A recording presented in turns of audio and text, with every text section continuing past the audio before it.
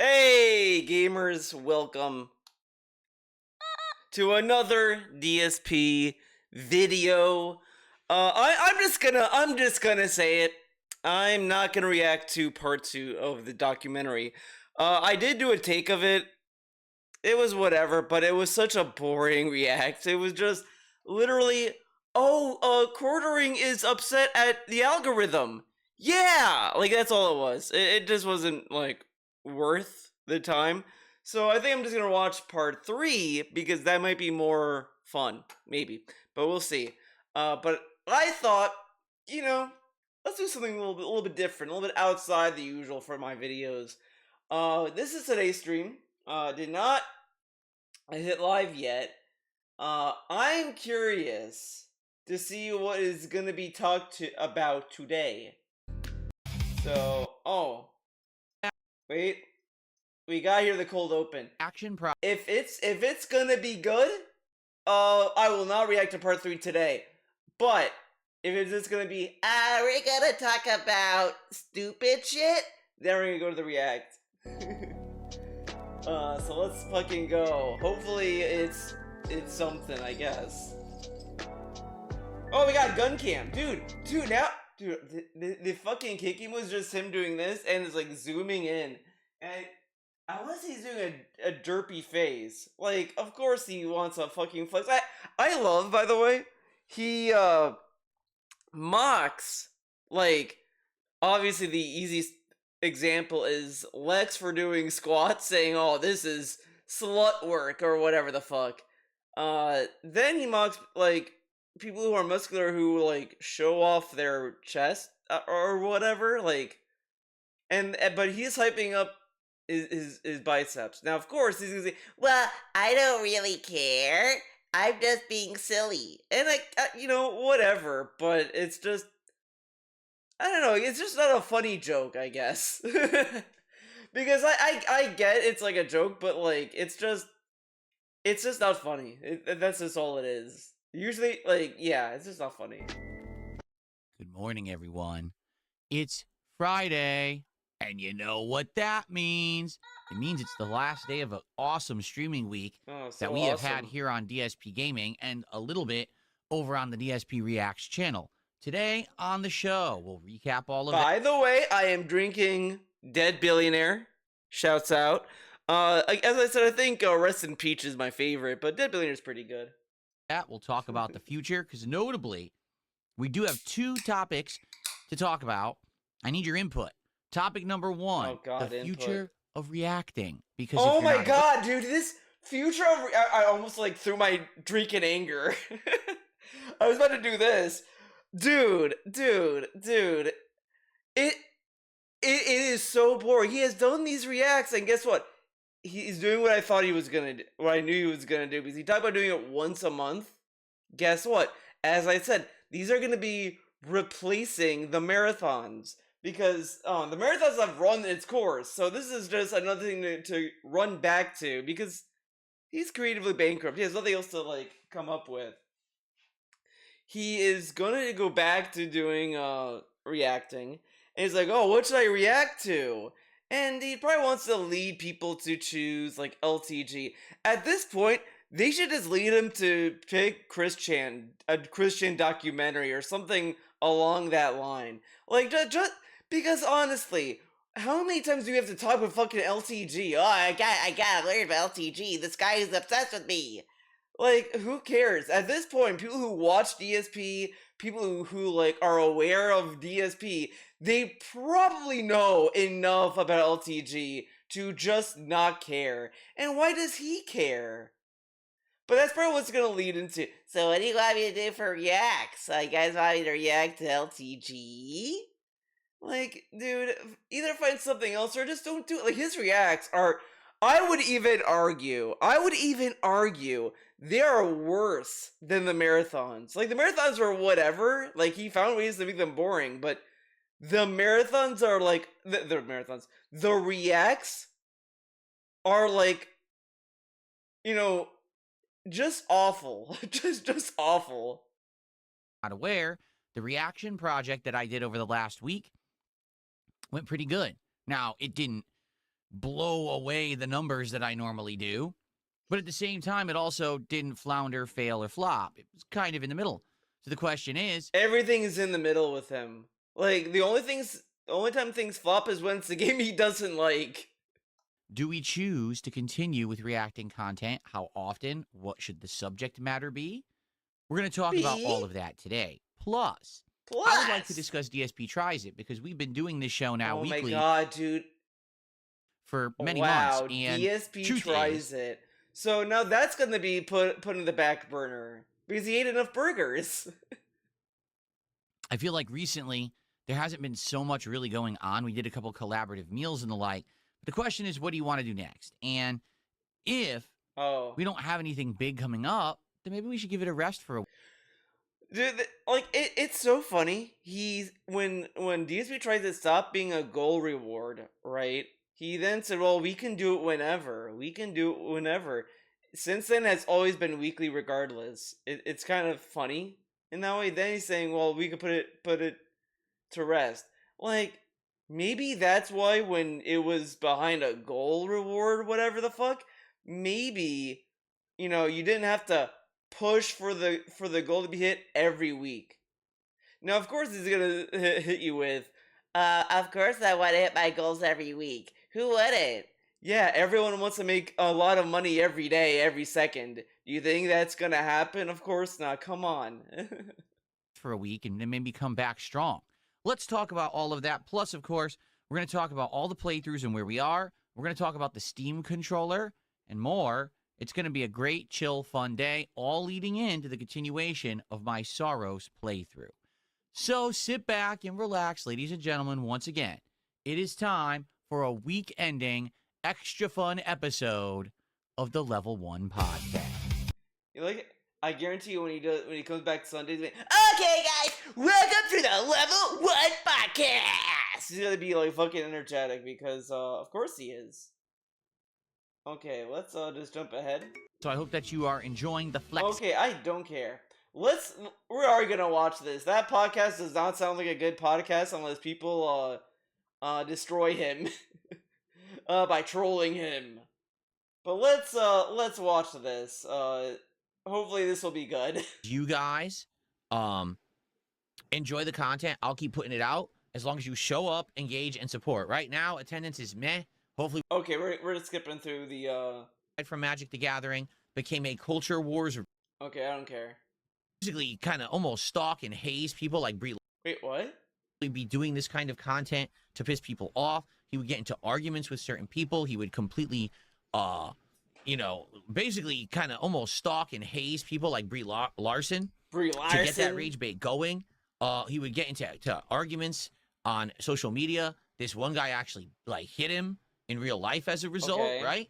Right. And Okay. he also seemed to frequently I like how this get guy on screen in the either corner incredibly is like tired or inebriated and tell stories about things like his He's just infamous chilling piss there. story and more. The That's pretty infamous piss embarrassing. story. But ultimately, where we left it last time, the last thing that we noted, right, was You've he's heard of mentioning that at history. this What a point of his life, history. he's completely burnt out. This is 2022. He's completely burnt out. See, like how boring that part was. Like maybe the Brie Larson thing was a little bit interesting on DSP's part because he kind of was like, "Well, people do it to me," but it's like it's a little different, but whatever. It is what it is. I just think that DSP shouldn't necessarily be saying it is what it is with yeah, I actually don't remember what he said. But he was like, he's just doing this as a bit, man.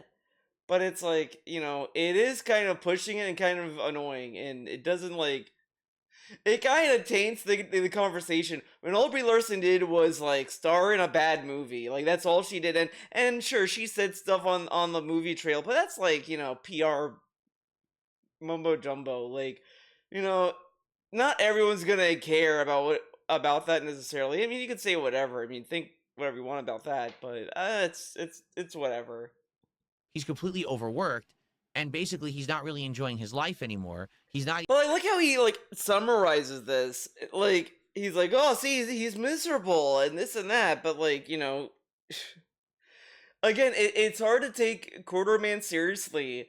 Again, it wasn't an accident that June the King put at the beginning of the documentary. I mean, sure, chronologically it makes sense, but it's very like obvious why it's in the documentary. Of the quote of like, "I know how to pull on people's heartstrings," is to kind of insinuate that a lot of the things that he's saying may be disingenuous of like what he believes in, if he believes what he's saying, whatever. Like that's all that's going on. And he's like He's focusing not. on, see, He's he's even seeing it affect exhausted. like his personal life, like He's doing it for the his marriage and lulz. stuff. And what I said, the final thoughts we had a couple nights ago is, why is Jeremy in this situation? It's because he's always pushed himself into this overworked situation where it's like he's not just satisfied doing one thing; he You know, wants to do. the thing is, I guess what I'm trying to say is DSP keeps painting the quarterman as a victim of circumstance. And to a degree, like anyone that does anything will always be a victim of circumstance. But you also have to like look at what the person's doing. Like it's one thing to be like, yeah, I created this mess, whatever. Then you like try to like uh climb out of that. But he keeps painting these people as like, oh, they're just overworking themselves. That's why they do what they do. To do the next and the next. So here's the next Kickstarter, the next GoFundMe, the next Patreon project, the next is pledge to this, give me money for this, give me money for this. And he would always get all the money. And then he would have to do the projects. And then next thing you know, the guy's massively overworked. Now, the other thing. I love he's saying this as massively overworked. Instead of it like, just like seeing it in the eyes of a scam. Like, you think a person who's scamming or grifting his audience necessarily cares about what they're asking money for? They just get the money, and then they'll just say whatever to get people to get off their back. Kind of like what happened to DSP when he had a Patreon goal for a Project 7 trailer, and he gave us nothing and said, "Well, everyone wanted something else."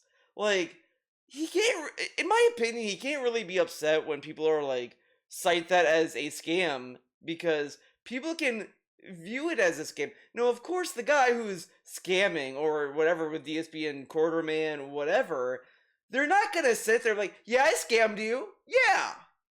Of course they're gonna say, oh, I'm overworked. You guys want something else. Of course they're gonna say that. They're not gonna outwardly say, yeah, I scammed. And that's why do you think DSP says that when he grifted his audience was when he put on vests and hats? Like, that's not the grift, because he actually put on the vest and hat when he got the money. Usually. The grift was that he would overhype the taxes and say, I need to pay the taxes, and then the money went to, like, bills. I mean, sure, it went to another financial responsibility. I mean, I'm being a little bit fair, because for all we know, he could have spent that money on porn. Or whatever. But let's say he put that money into bills. Sure, like, bills need to be paid, but he overhyped the taxes that people like were supporting him for him to hit. Now, of course, the silver lining or whatever is that his audience probably doesn't care that how he spends his money, because again, we can't be sure 100% that people are giving him money for the taxes, except for like maybe like, certain events, right? But even then, you may argue they were gonna give him the money anyway. I mean, that's like a whatever argument, and sure, but to say that like he can't see that as a grift, like he overhyped the taxes, kind of like tells you how he viewed doing it. The fact that he doesn't even acknowledge that part of the grift. It's the, oh, I put on vests and hats, I did a marathon. Like, these aren't grifts. These are like vehicles people use. Like Patreon. Patreon is not inherently a scam. And I got into an argument with this one person years and years and years ago about Patreon, because this guy did not like me, and it's whatever, ancient history. But this person was like giving me shit because I pledged to a artist Patreon and said, "Well, this person is begging for money, Theo. This person is like, hey, I'm just supporting their Patreon because they are gonna post like art to that site, and I want to support people who make art I like, whatever." Like, that's not even a scam. That's directly supporting an artist that is using a platform to support themselves. Like, Patreon itself is not a scam. Like, Kickstarter itself is not a scam, because that's why you have some things that are actually funded by Kickstarter that actually pay off. Like, I supported Derek from Mega 64's Kickstarter for both his horror comic Phobia and his new movie Pinhole. These are crowdfunded things, and I enjoyed the horror comic, and I have faith in this horror movie. Like, like, these are products that actually came out. Pinhole, not yet. I mean, obviously that's gonna take a little bit longer because it's a movie, but like, at least with Phobia, that was a product that came out, and it's like, okay, like, at least this is a product that came out. Whatever. This guy is acting as if like doing these things are just a given, and it's like, no, it's how it's used that is the problem. Like, how are marathons being used is the problem, not doing them. The thing is, he's mentioning he's a millionaire. He's got planes. He has planes. Okay? If you have a plane, Didn't his wife have a you would plane? hope that you're doing enough things that, you know, Like, you can support it whatever. and that you're not completely killing yourself to have a plane. But apparently he is. Like, he's just constantly on the internet running projects, grifting to make money for them. And now he's basically affluent, but he's killing himself doing it. And that was 2022. Okay? Again, see, he's still like putting him in video, but like, whatever. I mean, people can get stressed out doing YouTube regardless. Whatever. Blah blah blah blah blah. All right, ready? But like, it's not Continuing special. on, It's the not June the special King to be stressed documentary, out by where we left off. YouTube. I don't know what this is going to be, but I remember we paused here. So let's see. Been 3 years since Jeremy initially told the Walmart story, yet Okay. it was still in circulation. The Walmart piss story, if you remember No, correctly. it's the poop Now story. Oh evolving my to where- god, the Walmart piss story. No, it's the poop story. I'm pretty sure it's the poop story. Creators were breaking down his choices in depth with diagrams to prove the inefficiency in his choices. In No. April, there was yet another Twitter rant on the topic of balding and soiling himself. In the midst of this mockery, Jeremy was making plans to create something that could sustain him outside of YouTube. I just think it is insane to me that DSP did not like. I kind of think the Walmart story is insane. I don't care about how, like, oh, it was a thing for $500. Like, dude, this dude talked about a poop story, and then this became part of his legacy. Like, and again, it's one thing if Jeremy was like a child and something like that happened, like a baby, a toddler, whatever. Like, that's one thing, because it's like, you know. But this dude was a grown ass adult. Like, I come on. With a history of failed websites, he was investing into something material. He was investing into the coffee brand Coffee, a tunnel. Coffee Wow, brewed this is coffee. funny because people were saying this is what we're going to get into tonight. It's literally where we are. Wow. So this is, I've heard about this so many times. Yeah, people keep have asking come me into to my do chat DSP and said, tries it. did you ever try coffee brand coffee? Would you try coffee brand coffee? No, it's not. What do you think of coffee brand coffee? I'm like, what the hell is coffee brand coffee? What are you talking? No, I want it's not a triple A coffee brand. It's not an established coffee brand like Tim fucking Hortons. By the way, there was a story I read. Not a story I read. I'm over exaggerating, but there was a tweet I read a couple of weeks ago. I retweeted it because of DSP, but this guy was talking about he ate something from Tim Hortons, because I guess Tim Hortons is also like a restaurant chain or whatever.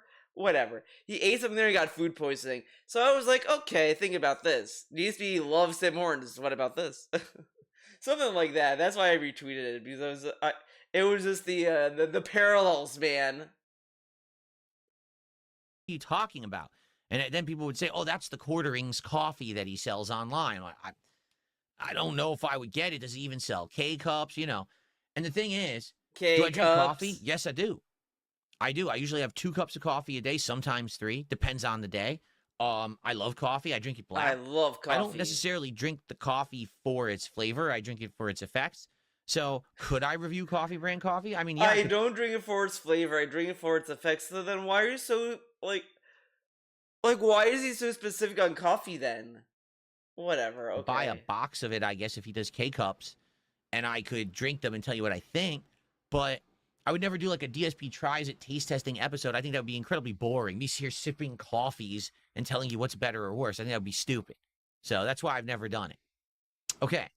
Creation. Coffee Brand Coffee It's was kinda formally just wild announced that in a he video keeps talking titled about, My like, Coffee doing Company green. is Like, I don't Under know, like, Attack. he's not Jeremy in that clarifies in the video field. Oh, that hold on. I just realized the volume's way too loud. Let me... Okay. point that there are, at this moment, approximately 1,000 videos on his channel talking about or mentioning Coffee Brand Coffee by name. Coffee brand coffee. So, basically, he plugged it in every video moving forward.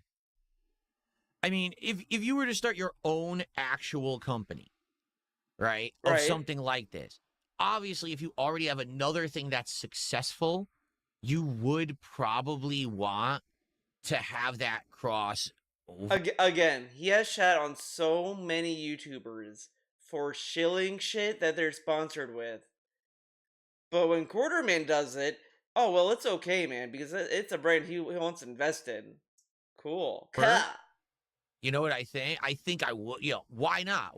I have the avenue to advertise it. This is probably going to be my customer base. My So- customer base. Makes sense to me. You know what I mean? It makes sense to me. But I guess a lot of people have issue with it, thinking it's another grift, right? June 8th, infamous political Well, commentator Tim yeah, Pool was dude. swatted. Jeremy viewed this What does he think about when other people shill products? Come on. as an opportunity for promotion. He spent $100 in chat tying the high stress of swatting This is a high-stress moment, likely a great moment to brew up a delicious cup of Coffee Brand coffee. If the stress is getting you, perhaps one of our new teas will calm you. Maybe a velvety cup of Coffee Brand coffee cocoa. Man, now here's the thing. Here's the thing. What a double-edged thing this is, right? You're getting swatted, all right? Now, when I got swatted in 2015, it was scary because at that point, He law enforcement... I love he's saying it's scary. I mean, like, swatting is a serious matter. I'm not going to necessarily, say that it's unreasonable for DSP to be scared.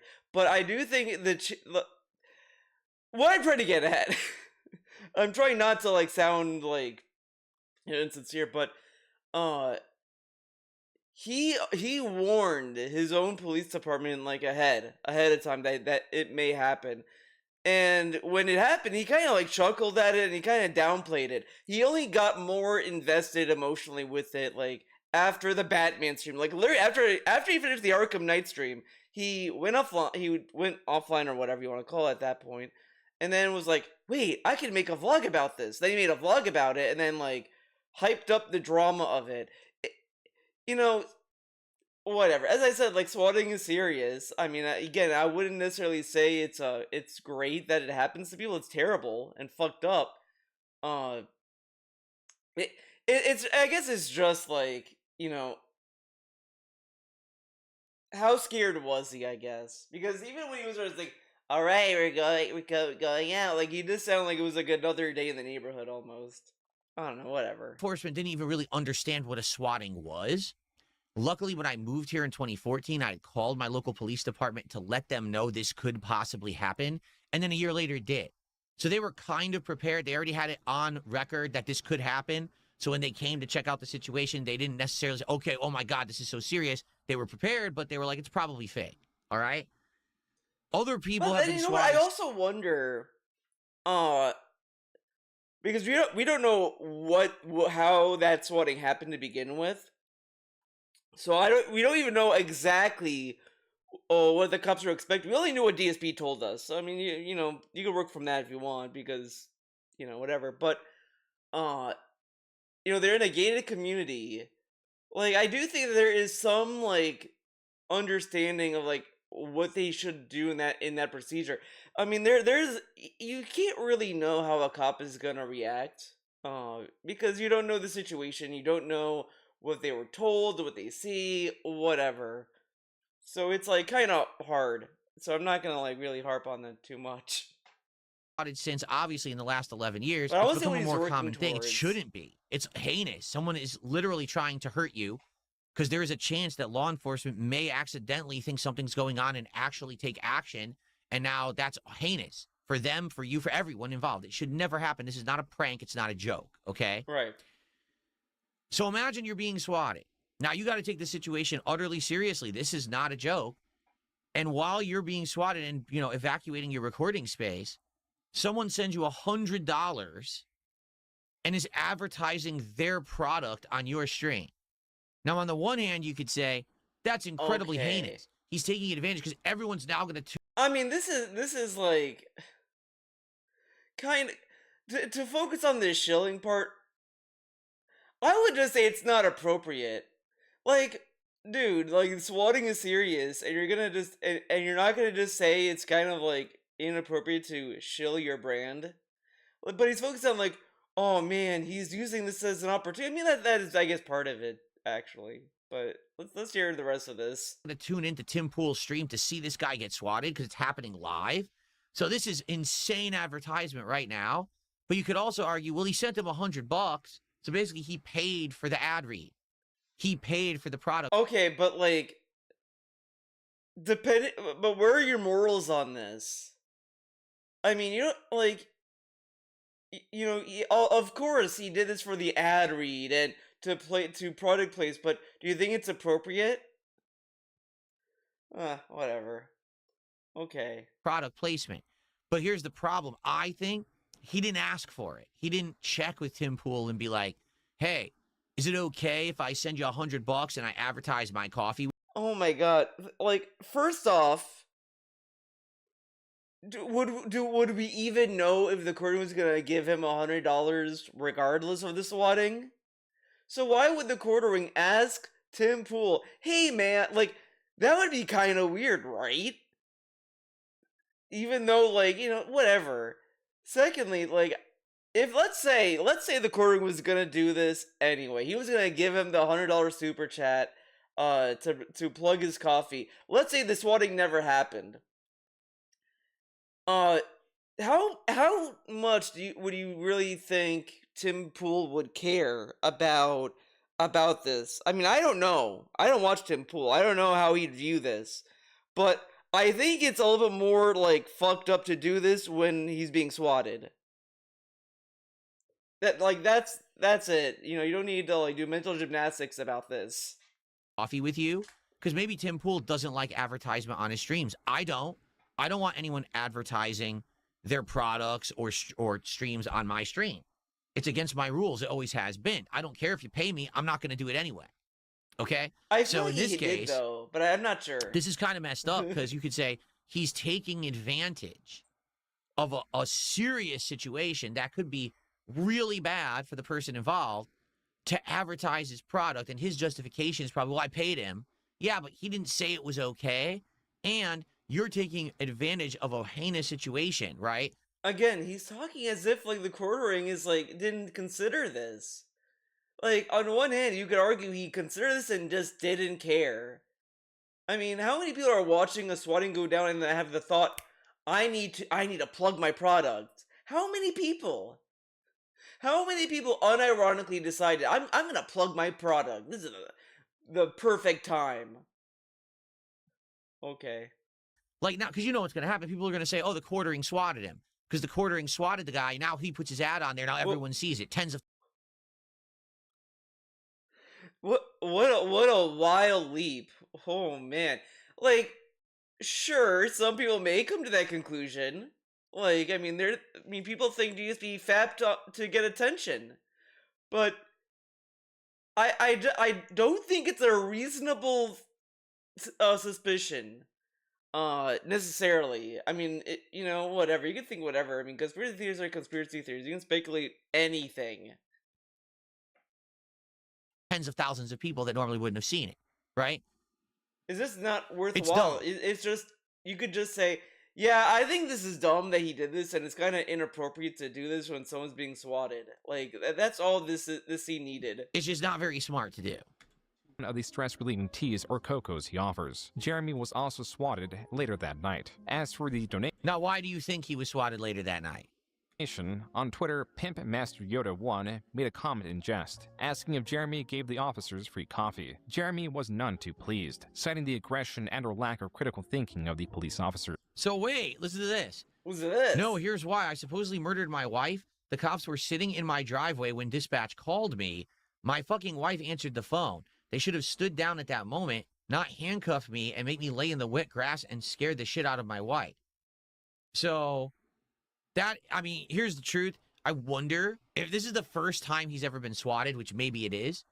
Did he warn his local law Oh enforcement my that god, something what do like you this was think? becoming more rampant Like, on the honestly, how many people are thinking this? I mean, this is like part of the reason people like talk about like online harassment sometimes because you don't know what other people are gonna go to, and it's unfair also to expect that from people. Oh, did they warn the police? Like, I know he's not like blaming the crew for not warning the police or whatever, but it's like you don't have to like ask that. You could just expect that he didn't call them because how many people are thinking, "Damn, I need to call my police and let them know." Like, how many people did that? How many people would honestly do that?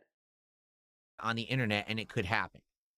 When at the moment I moved out here to Washington State in 2014, I called my local PD and I told them, I'm a streamer. This is starting to happen more increasingly. I think it may happen to me. I want you to know this is going to be likely a prank, even though it shouldn't be. And then when they got the call, yes, they came in with all the people and the SWAT team, but they actually kind of expected it to be fake, and they were careful, but they treated it as such. They didn't cuff me. They didn't throw me to the ground or anything like that. They just asked myself and my ex to leave, and they just stood next to us in the street, checked the house, said, okay, it's all nonsense, and they just rolled out and left. It wasn't even like it was a 5-minute conversation with them about, okay, do you know anyone who would have done this? I have trolls all over the world. I have no idea who did it. Okay, Okay, that's all we can do. Bye. And that was it. That was the end of it.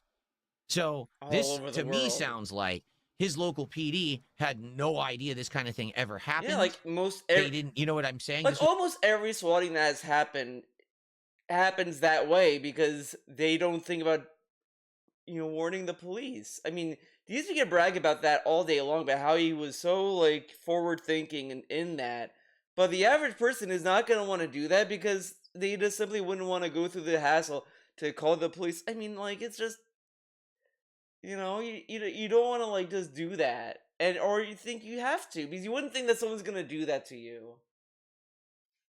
This was what, 2022? At this point, 7 years removed from mine, and it was way more common. I'm just going to say this. Anyone out there who is an internet live streamer who gets any kind of notoriety or any kind of infamy, if you get into internet feuds with people or people don't like you, do yourself and your local PD the favor, call them and say, listen, I'm not Listen, trying to start any problems, but I want to let you know I'm an internet creator and streamer. There's people that this has happened to a ton across the country. I just want to let you know, likely if someone calls, it's fake. That way you got the heads up. That way they don't come full steam ahead, knocking down doors, breaking knees, thinking that they're trying to save someone's life. Okay? Sounds like he didn't do that, and that's why this happened. Or maybe it was an overzealous cop. We don't know. Okay. As for the coffee we'll brand, never Coffee know. Brand Coffee, Jeremy wanted something uncomplicated, which is why he named wait, hold on, I'm gonna rewind Or this. maybe it was an overzealous cop. We ahead, knocking down doors, breaking knees, thinking that they're trying to save someone's life. Okay? Sounds like he didn't do that, and that's why this happened. Or maybe it was an overzealous cop. We don't know. This is a weird statement because it almost sounds like he's victim blaming. Like, dude, you don't have to like go through that. That like Momo Jumbo's like, oh, you should. Oh, we have to ask. Could he do that? I mean, dude, he was on the ground in handcuffs, according to his story. Like, and why think like that? At the end of the day, the dude got swatted. You don't think that maybe that's like just fucked up regardless? Like I just don't quite understand this mentality a little bit. It's kind of like, it's because part of me doesn't want to like spin it negatively to be fair, but it's one of those things where it's like, why would you say that? Well, it doesn't change the outcome because at the end of the day, like uh quarterman got swatted. Do you think that's bad? Yes. Does it matter how it happened? Does it matter if he told the cops that that may happen or not? Does that matter? Because it's still like fucked up anyway. Like it's just needless information that he doesn't like need to throw out there. Okay. Okay. As for the coffee brand Coffee, Jeremy wanted something uncomplicated, which is why he named the coffee brand Coffee. Coffee brand Coffee was being sold as apolitical, though he constantly. So here's the truth. When you name something to be so like, I understand when he calls it coffee brand coffee, it's two things. Number one, it's quick Okay, time to to tell us abbreviate, again what it means. right? CBC, coffee brand coffee. It's You don't really need to it's hard to abbreviate forget. everything. Coffee brand coffee. It catches. It's you know. But the problem with the name, It's so generic. even though it could be seen as a joke and people will remember it, actually it's the opposite. It's too generic. It's way too generic. Coffee brand coffee. People are gonna think like, what is that brand? It's a real brand. I don't even know. You know what I'm saying? That's like soda brand soda. Toothpaste brand toothpaste. Okay. Would you go to the store to look for that? You wouldn't even know it exists. What? It's way too generic. I mean, to be catchy. It makes sense in the sense of like, you know, you're talking to someone about it. Yeah, it's gonna just blend together. But if you're in the store and you see it, that's different. Like I don't know. Your catch on. This He is a could have whatever called statement. it Bearded Man Coffee, and his logo could have been his beard, and it would have been way more catchy and it would have been way more popular. But when you say coffee brand coffee, it's so generic, you'll never figure out what it is. Can you imagine just someone going online searching for coffee brand coffee? What would come up? How hard is it? You should do that. What do you think actually does come up if you search for coffee he's gonna brand do coffee? it. Hell yeah. Now I'm curious. I mean, now it may be bad because I don't think it exists anymore. It does come up. It is the first thing that comes up, right? That's him. Wow, debunked. Or is it? Coffee brand coffee. Is Coffee it? brand. Yeah, it's the same. Oh my god. Click the link. Click the link. Click the link. Yeah, that's it. So yeah, it does work. Yeah. It does work. Jeremy's Whoa. Club. Jeremy's Club. It is the first thing that comes up in search. So, but I just think Wow, to me Live it's not debunk. catchy enough. You know what I'm saying? You know what I'm like saying? It's just too. Oh my god, these sound effects. Is that true? Is that true? He paid for that. If he didn't pay for that, it wouldn't have come up first. What? Oh, Okay. because it said sponsored. Go back. Oh my god, he doesn't So know. your sponsored result. Sponsored results. Hide What- the sponsored result. It's still the first result. And then it actually comes up on Oh my Amazon god, as well. Boomer discovers how YouTube works. Not YouTube. How Google works. DSP, how do you think Google works? Of course, his brand will come up first under the sponsored. Of course it will. I wonder if he knows the issue with OBS that happened. I don't know if it ever got resolved, dude. But there was a time where if you Google like OBS, it will link you to a fake OBS website because that was the sponsored link. You would have to scroll down, and since then I got scared, and I would just go to their Twitter page, their Twitter account, and go from there to OBS. I was like, I'm not fucking with Google. I'm gonna use the Twitter account that I follow. As well. And then comes up his X account. Whoa. So it's still the first thing that comes up. Yeah. At least for my search, and I've never searched for it before. So it can't be, Phil's related searches or whatever. No. So I don't know. Oh. I'm just going off of what I'm seeing, okay? But I do feel like it is too common of a name. He should have been, like I said, Bearded Man Coffee or Quartering Coffee. Of course he wants that. It's like generic marketing ideas. Like it's like what you learn in like a 101 class. Marketing 101. Be sure you name your brand after something that's iconic. Yeah, right? Okay. As it on his political commentary channel. He saw this as a necessary boost to then hopefully detach it from his brand and perhaps see it on store shelves. There was an issue with this. Not only was Jeremy's brand inherently tied to his coffee business, but also the possibility of it being tied to the roasters. On July 17th, 2022, Kiwi Farms roasters? user Cat Attack compiled several images from Jeremy's visit to his roasters, and from a suspiciously similar-looking roaster. Cat Attack highlighted the red trim. While more saturated in the commercial, it was still apparent. Most damning was image 5 in the set. In both Jeremy's commercial and Mill Creek's Instagram page, there appears to be coffee beans being poured out of some sort of mixer, though. So it's exactly the same. It's the same people. It even has the same pipe on the wall. Okay. That's definitely the same. Well, So what they're saying is he's not like June literally just said basically all the stuff that you needed to know. DSP was like, I need to contribute to this. he doesn't really make his own Whatever. coffee. He pays a company. They make the coffee. Wait, he slaps his what? branding on it and he resells it. He's essentially a drop shipper. Oh, okay. Devices are seemingly mass-produced, there is one very odd pattern that they both share, one that, for no reason, should be the same. It is the paint. Right below the hatch, the paint is chipped, a design flaw that undoubtedly mixed paint chips with coffee beans. The pattern in the chipped paint is the exact same. If It's the same Jeremy is machine. indeed I mean, you can tell the pipe on the wall is exactly the same. It's got the same calendar Okay. right there. It's got, you're right. There's a zillion things you can see here Oh to my see God, it's does exactly the same DSP roaster. Okay. sourcing his coffee from Mill Creek Roasters, then it also means it is attached to their politics, which are opposed to Jeremy's perceived politics. But the rabbit hole goes deeper. DSP completely didn't really pay attention because it said that the paint chips were being mixed in with the coffee. Totally unaware of that. Totally oblivious of that little nugget of information. Just over his head because he was preoccupied with the colander.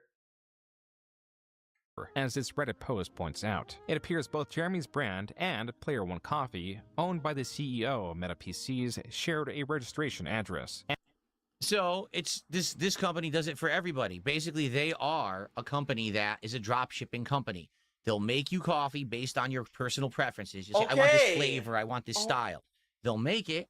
Maybe they even bag it and produce it and mail it out. But they're doing the Move work, not you. on. You're just the drop shipper. You're just the guy, the front The man. drop shipper. to sell it. You're not making any of it. There's nothing Okay. wrong with that, for the record. Like, if you Oh stand my behind God, the product, dude. and if you feel that the product is good, right, then I But don't if it's see a mass problem with produced, being a wouldn't drop that shipper. not be good? Now, if Jeremy comes out and says, well, it's my coffee. We actually make it. No, really. It's my... Oh my God, he can also miss that too. Oh my God, this is insane. He's like not paying attention to these small little details. I mean, it is a exposition dump, if you will, but he misses the paint chip thing, which is I would argue is a big deal because I don't think anyone wants paint chips in their coffee. I mean, call me crazy. Secondly,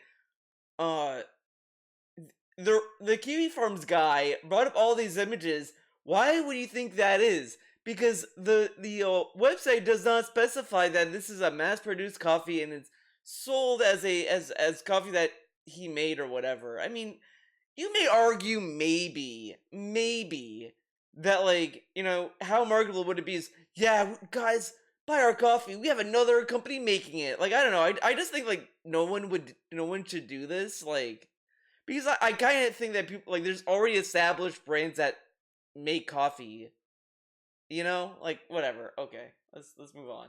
It's my employees and we own it and everything, then that's a problem. And did he do that? I don't know if they've said that he just said that yet. Let's find out.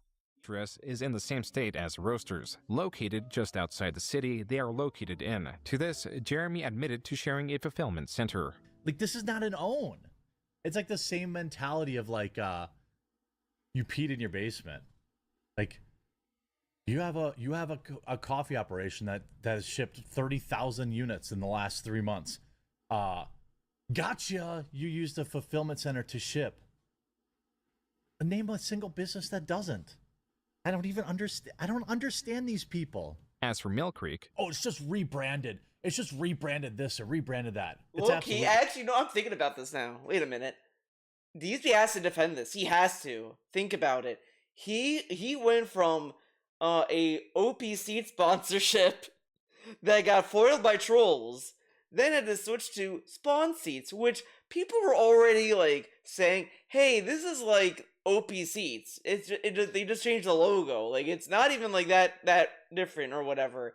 And DSP like banned people for saying it was made in China. He banned people for whatever reason, right? Like he was shilling the fuck until that company had to close. So DSP kind of has to defend Quarterman on this because he's also guilty of the same thing. But he's probably gonna focus on Teespring and companies like that. But he did make it very clear that he's not making the shirts. It is like another factory. These are like a more of a known company for that. And no one really sat there and said like, "Oh yeah, I'm making these myself." When they use these sites, I mean, it's kind of like forward about it. You know what I'm saying? Absolutely not. Oh. If anyone understands anything about business, yeah, you have distributors. It's not like I went out and bought like $1 million in machinery to roast my own beans. That's not how any of this works. But like any idiot knows that. And like these clowns, there's like 15 clowns, and then now Rick, who are like, ooh, exposed a facility that does fulfillment for him occasionally on a certain roast is associated with him, and ooh, we got him. It's like they'd handle one tiny part of the business. He kind of responds the same way DSP would. They've been harassing them, calling them, emailing them, and it's really pathetic. And this was hardly the last controversy attached to Jeremy's coffee. In August of 2022, Jeremy promoted his coffee by placing money in random orders.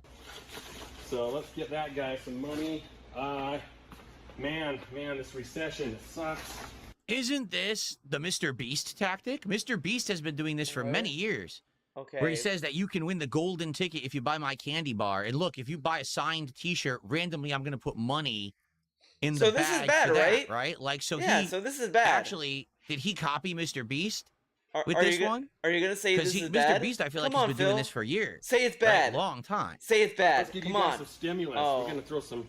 Ooh, we got some 50s in here, so. By the Stimulus. third video, the comments completely turned on Jeremy. Quote, I like to drink my coffee brand coffee while playing Raid Shadow Legends is sitting on my 1 square foot of land in Scotland that I am a lord of. Awesome. A video dedicated to a product he talks about 4 times a day. I love this new channel dedicated to coffee brand coffee and how it mixes in other stories too. Very similar to the quartering if anyone remembers that channel. If anyone remembers Unquote. that channel. Jeremy stopped utilizing this marketing ploy and accidentally revealed his monthly earnings on YouTube.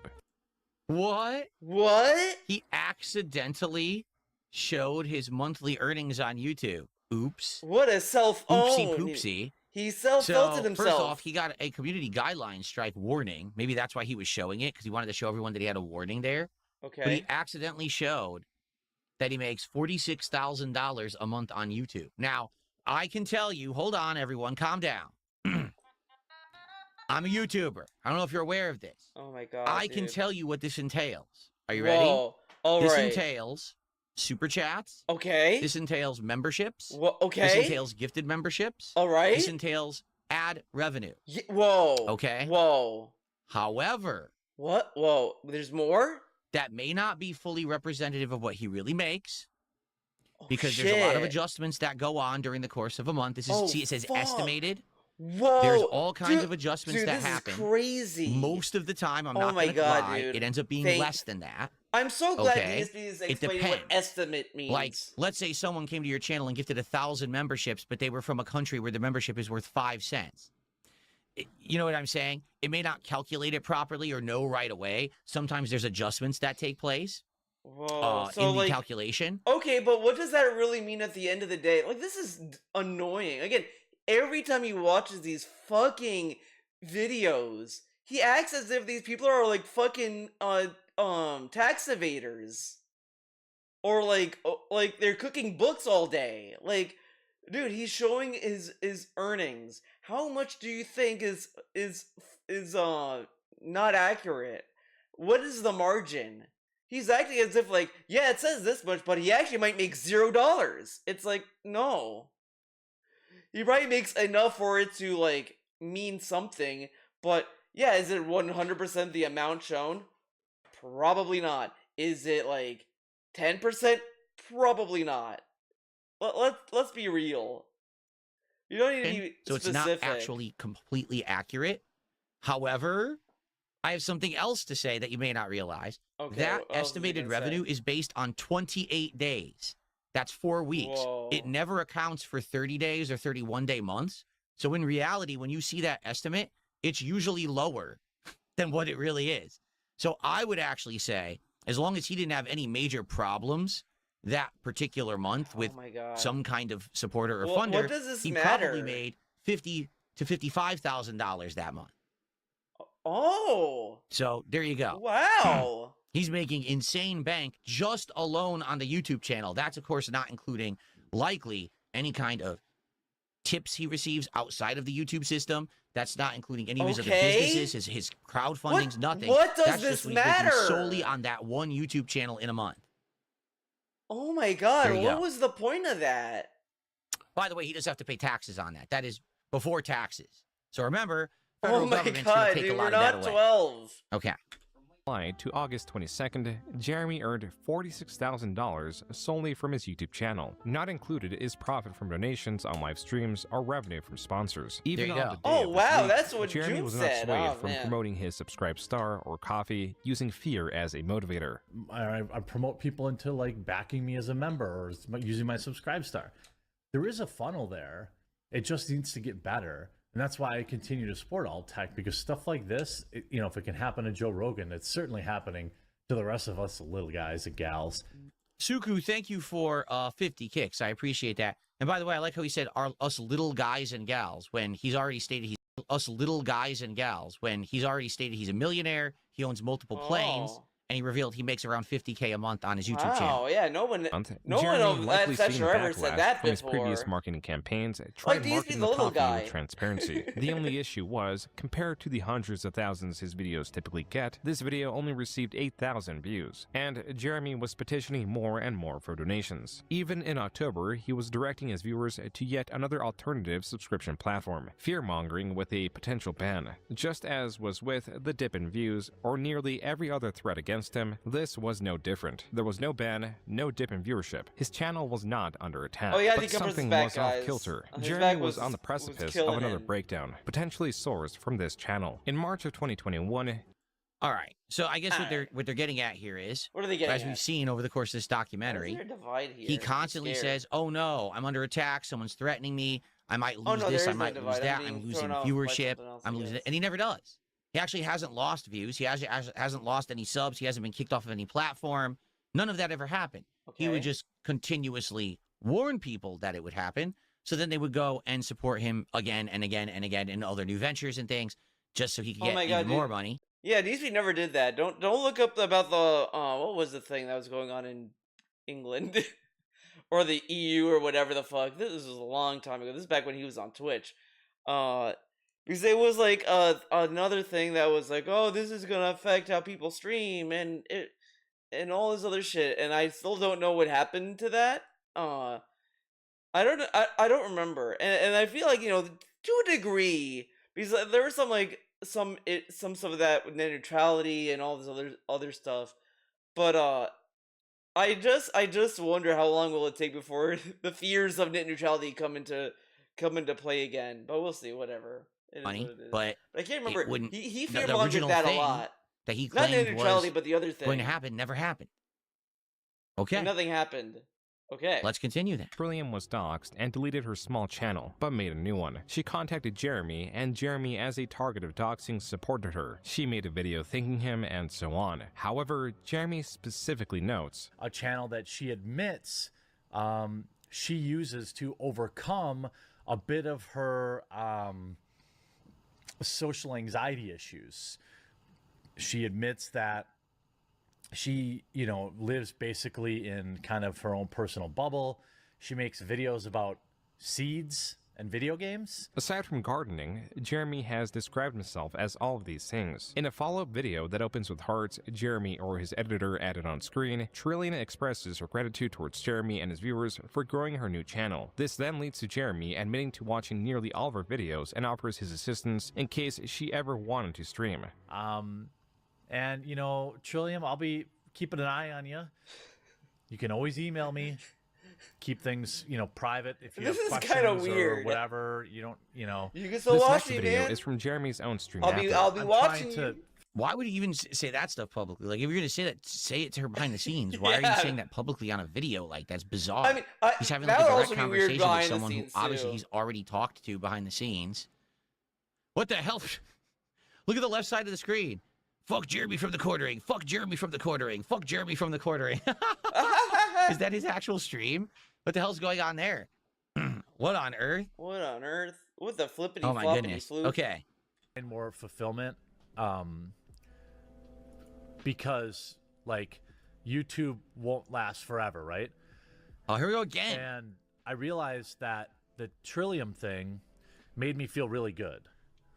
For me, I thought maybe the closest I've come to feeling that way was helping Trillium. Trillium? For $5, I'll make a video. Well, look, I don't want to put any pressure on you. All right? But I just want to say that it ruined my day when I didn't have a new video from you today. I'm just kidding. I'm just kidding. In August, Jeremy received custom leashes God, for his dude. dogs and a card from Trillium. Jeremy would send support to another similarly small channel known as Melanie Mac. Just like with Trillium, Oh, just is like with this Melanie, the Melanie Mac just that like with DSP says MXR that Craig Plays, loves, or, whatever the case may licking be, or whatever? Ursha Gaming, Ishra Gaming. Don't just do it because I Oh told my you god, to. dude. Now Watch I'm a just thinking of that or two video of him, like, and see if shitting you on wanna the side support scrolls. her. Melanie Yeah. Mac is someone Jeremy would I'll take go interest in, lick but that on would have to Melanie wait. Mac or In whatever March the of fuck. 2022, rather than mention Trillium offhandedly, he made an entire video Oh dedicated my to her. god. Something's been weighing on my mind over the past 3 or so weeks, really the last month or so, and that's really the disappearance of Trillium, a YouTuber that I have a Okay, strong, I'm getting to the point where I'm tired of hearing about Trillium. I'm getting I don't Trillium know, burnt like, out. I feel protective. Like if you go to Trill's channel, like I watch all of her videos, all of them. Oh, you didn't watch the I new one? mean, if What Or is he that one- doing? Fake What fan. is he doing? He didn't watch I Got My Teeth Cleaned. He didn't watch that video. Fake fan. Exactly. You guys are saying it, not me. You guys are saying guys it, are not saying me. What it. is he doing? Like, What are they saying, Phil? Why don't you tell us what your chat's saying? Why is he afraid to say he's a creep? read on here, then that means I watched him on a different account. Okay. This is an important part of my day. There used to be daily or every other day videos, but now I feel like and I don't What wanna is he put pressure doing? on her because I know that's how she's going to be, how she's going to perceive this, but that's not what I mean. It's just Oh my god, this her almost content like is sounds like a important to me. bit. Her Like success is important to me. if you're and doing a her safety skit, and like this happiness would are be important a to me. good like And, she had comedy disappeared bit for about about a I don't loser. know, a month or something Being like "Oh, that. man," whatever. Came back and kind of let everyone know that, hey, my mom isn't doing well. But they had seemed like they had got together a plan. Kind of 1 week went by, 2 weeks went by. I sent her an email, gave her my number. I was like, hey, if you need anything, you need us to crowdfund something or whatever. People think this job is easy, and maybe it is, but it requires you be plugged in like 24/7, like waking up in the middle of the night, checking your phone, see what's trending. There's some big thing happen. And then I'd watch her videos about like taking yucca leaves and making just twine out of them. And they're an important grounding factor for me.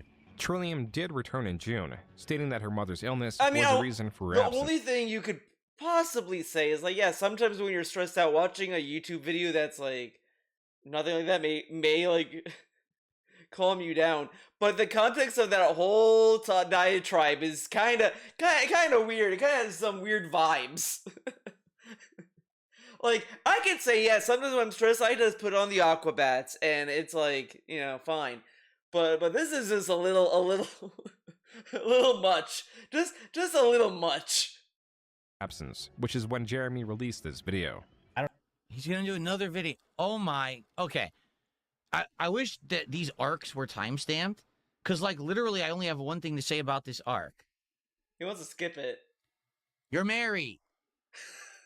You Oh my god! And then like, you're sitting through the quarterman having a weird, creepy segment that's just like that gives you bad vibes, and you're just like, I don't know, like, and then you have DSP that's gonna add another creepy vibe to the whole mix, the whole thing here, like. You're married. Why are you watching a video watching the videos? Like, okay, let's see. Is he gonna say you're married? Why are you talking about Trillium this way? Because that would make sense. That would be a reasonable response, in my opinion. But let's see where he's gonna take this. I might be jumping the gun here. you are married. What are you doing? This is absolutely positively bizarre behavior for someone who is supposedly happily married. I'm sorry. It just is. Okay? It's okay to be friends with people. Totally it is. Okay. It's okay to be friends with people. All right? But it's not okay as a big creator with a ginormous audience to be publicly like, what's the word here? Yeah, but you know what's interesting? Because you can kind of say the same thing about this behavior that Quarterman's doing with Brie Larson. Sure, it's negative, but you know, like, but it is still kind of creepy. I mean, you have that one video of him like, oh, every night I go to like the Brie Larson posters or whatever. Like, that's kind of creepy behavior. And this is like the positive side of that. Like, oh my god, not positive. That's like, but you know what I mean. Like, there's the Brie Larson side of the spectrum for Quarterman. Then there's the Trillium spectrum where it's like, I guess obsession. You have the negative obsession and creepy obsession side of these things, and it's like, yeah, these are like, you know, bad, weird behaviors. I wouldn't even frame this as, well, it's fine to be friends, because I wouldn't want to talk to about people like this. Like, if I'm talking to someone that I view as a friend, I'm not gonna be like, I gush about your videos all day, man. When I see a video from you, oh man, I that puts a smile on my face. Like, that'd be fucking weird. that would be weird. He's basically like completely glazing her, saying things about her content, and I rely on this content, right? He's like, he's booming, talk. I like that he's saying this, but when like the Kino Casino was like glazing him, jokingly, I think he said like, oh, it's they're a little glazing me, they're being a little rowdy, whatever the fuck. But he never like felt off-putted by that, like he is with this. Like, he almost like seemed more willing of it during that time. I mean, you know, whatever. You're not gonna necessarily, when someone gives you a compliment, you're not gonna necessarily be like, shut up. But you know what I mean. Get me. Talking about her, right? Like, what are you doing? What are you doing? You know what I mean? And even if maybe this is all true, and maybe for some reason her content has resonated with him, that's fine. That's something for your private information, right? That is not something to be talking about publicly to your audience. What is the purpose of this video? Does his audience care about this? Why do they? I thought that he's a drama, internet, you know, culture wars creator. Oh my god, maybe What he wants is to this show another video? side of him. Seriously. It's so bizarre. But it's very odd, and here's why I say it. It feels to me like this is, you know, this is the kind of stuff you talk about with your significant other, right? What? It is. This is the kind of stuff that you share with your best friend. Why is he sharing with the internet, right? And it's weird because if you remember last React stream, he was saying things like, I will say there's I'm a degree of this that is at least not as bad as I was expecting. Like, at least this is like somewhat of a reasonable take. kind of alone. I feel like It could be worse. It could you be know, I'm worse. isolated. Why? You're married. I'm very confused. All right? People, for those who don't know, people give me a bunch of criticisms too. They do. And they'll throw things at me such as, well, see, you don't really have a friend group you're hanging out with or whatever. Now, personally, people don't actually know that. The truth is, I am friendly with some people from back in the day who I still talk to all the time. This is bullshit. Because you know who he's talking about here. He openly told you his relationship with not ND. Oh my god. What's his fucking name? He plays Street Fighter with him, like Video, whatever. Like the people he played like the fucking Boomer Collection with, like last year. Maybe he's doing it again this year, whatever. Like those people. He said, "Yeah, I talked to these people." I mean, he's acting as if like he's talking to Rambo and we don't know. Like, no man, you tell us if you're actually like hanging out with actual friends other than like Kat. The time. I have friendly conversations with people about friendly stuff all the time, okay? I don't spend time with those people because I don't live near them anymore. I moved away a long time ago, all right? I live on the other side of the country. My work-life balance is getting better. I'm getting to spend more time with my wife, and she's the #1 person, if I could spend more time with, that I would spend more time with, okay? Well, this is a dumb statement. Like, okay, we're going back on the Titanic with this one. Because at first it was like, he could have stopped it like earlier. And then he went on to this dumb fucking thing with like, dude, I'm married, so I want to spend more time. Of course you want to spend time with your dumb fucking wife. Like, you live with her. Like, who would say, yeah, if I could, I would spend more time with my friend instead of my wife? Like, you don't think that would sound weird? Like, who would say that and not be seen in a negative or weird way? Like, of course these people would want to spend time with his wife. Wouldn't you want to spend time with your significant other? No shit. What a statement. 100%. I promise you that. I want to spend more time with her. Right now, we're trying to spend time redoing the house so we can have other areas to do fun stuff together and things like that, okay? Okay, so we have the downstairs where they can play video games and watch TV. Then they have the new panic room, living room den situation across the hallway from his office where they can sit down and watch TV. Wow, what a change. What a change. But for me, like, I watch this, I'm like, he is venting in this video to his public audience as if his public audience is his close personal friend group, right? Like, talking about another creator like this would be something you would do to, like, your best friend. You say, hey, this creator really resonated with me, and I love watching all their videos, and it does something to me, makes me feel good every day when I watch her content and stuff. But why would you talk about this to your audience? Okay. See, this is the problem. I was like thinking he was gonna say something like this. I think how he's talking about Trillium is kind of weird and creepy. Like, you don't need to do all these added things. You can just say, yeah, she's a cool channel. I like the channel. The videos are fun. Whatever. Like, whatever. I don't think there's anything inherently wrong with talking about a channel you like. The problem is just the extent and the detail you throw in there. Like, the stuff he says is kind of weird, and it's very like creepy. It's kind of stuff that I feel like a lot of people would not want to would run from if someone talked to them like he is. But it's like, yeah, like, there's a YouTube channel and I watch it and it kind of helps me like get through the day. It's pretty solid. It's this channel. Like, it's in my case to be like Mega 64. Oh, it's pretty like funny. I like the videos, I like the podcast. It's pretty good stuff. I enjoy it. Like, there's nothing wrong with that. Now, if I said that, like, oh my god, I need my Mega 64 fix, guys. I need, like, my day is terrible. I get mad when I don't see the podcast. It's like, that's a little weird. Like, that's going a bridge too far. If I'm saying unironically, I may say jokingly, but if I say it like unironically, that's a little different. But I don't think I say that. You know what I'm saying, dude? Who's supposed to be, watching you for Culture Wars content, all this, it's bizarre behavior. So number one, it seems like he doesn't really have this is also anyone taking who out talks to about context this of stuff. If why anyone, he's it should be talking his about it, to wife be fair. that he's talking to about this stuff. Why not? Whatever. That is so weird to me. That is So a weird. bizarre disconnect. Okay? And also, he's doing this publicly in his content. Okay? How does his wife not know about it?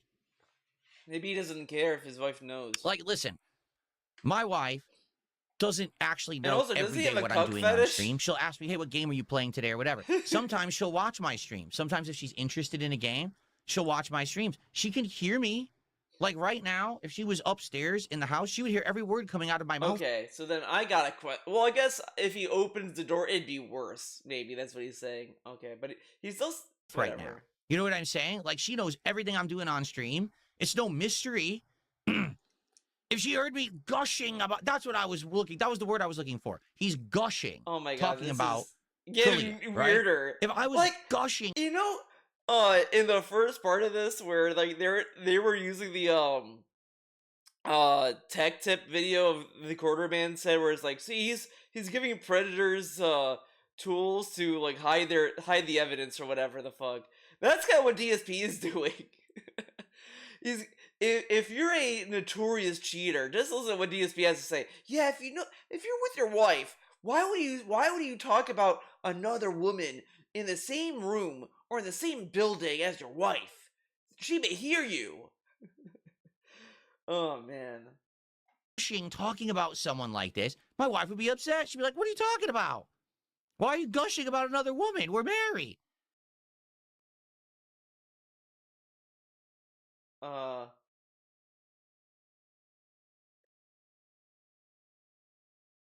mean, I guess in this context, that does make sense, I guess. But whatever. Okay. That's a reasonable reaction. You know, this kind of speaks more about his general like behavior. Like, it's not that he's like a closeted gay guy or whatever. I just think it is this paranoia that he's so terrified of any level of confrontation. He thinks, because this guy kind of makes me think he has the dumbest reasoning to jump to, like you know, in Office Space you have that jump to conclusions, Matt. That's how DSP operates. Almost. He thinks if he plays like I'm just gonna say Guilty Gear because yeah, I'm a Guilty Gear head. He thinks if he plays Guilty Gear and he says that Biken is the GOAT or whatever, that Kat's gonna hear that and then she's gonna be jealous of Biken. I mean, honestly, who can blame Kat? I mean, Biken is the GOAT, no question.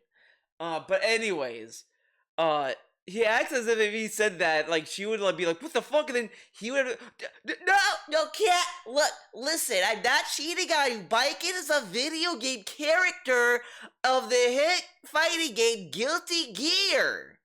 And all this other shit when it's like an overreaction. Like, that's probably never gonna happen, but I think that's how he thinks. He thinks that if he starts doing this, it's gonna like make Kat be concerned about DSP cheating on her. But this is speculation, dude.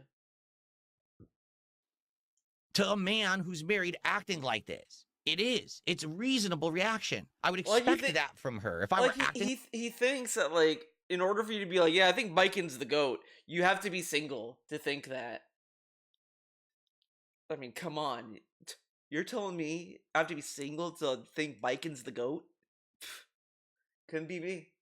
Acting like this, I would expect that reaction for her to be like, what are you doing? If anything, So if my wife questioned me for liking Biken, I get a divorce day and his one. wife apparently doesn't know or is okay. Like, oh, you're like Biken? Okay, here's the divorce papers. Now I'm really Leave. confused. Blech. And I kind of understand now what's going on. This is a Biken It's not household. just that this guy was getting harassed online for, oh, you brought up his family member or this or that. It's that basically... Wait, he's what? Not just that this guy was getting harassed online for, oh, you brought up his family member or this or that. And now, what's going on? It's not just that this guy was getting harassed online for, oh, you brought up his family member or this or that.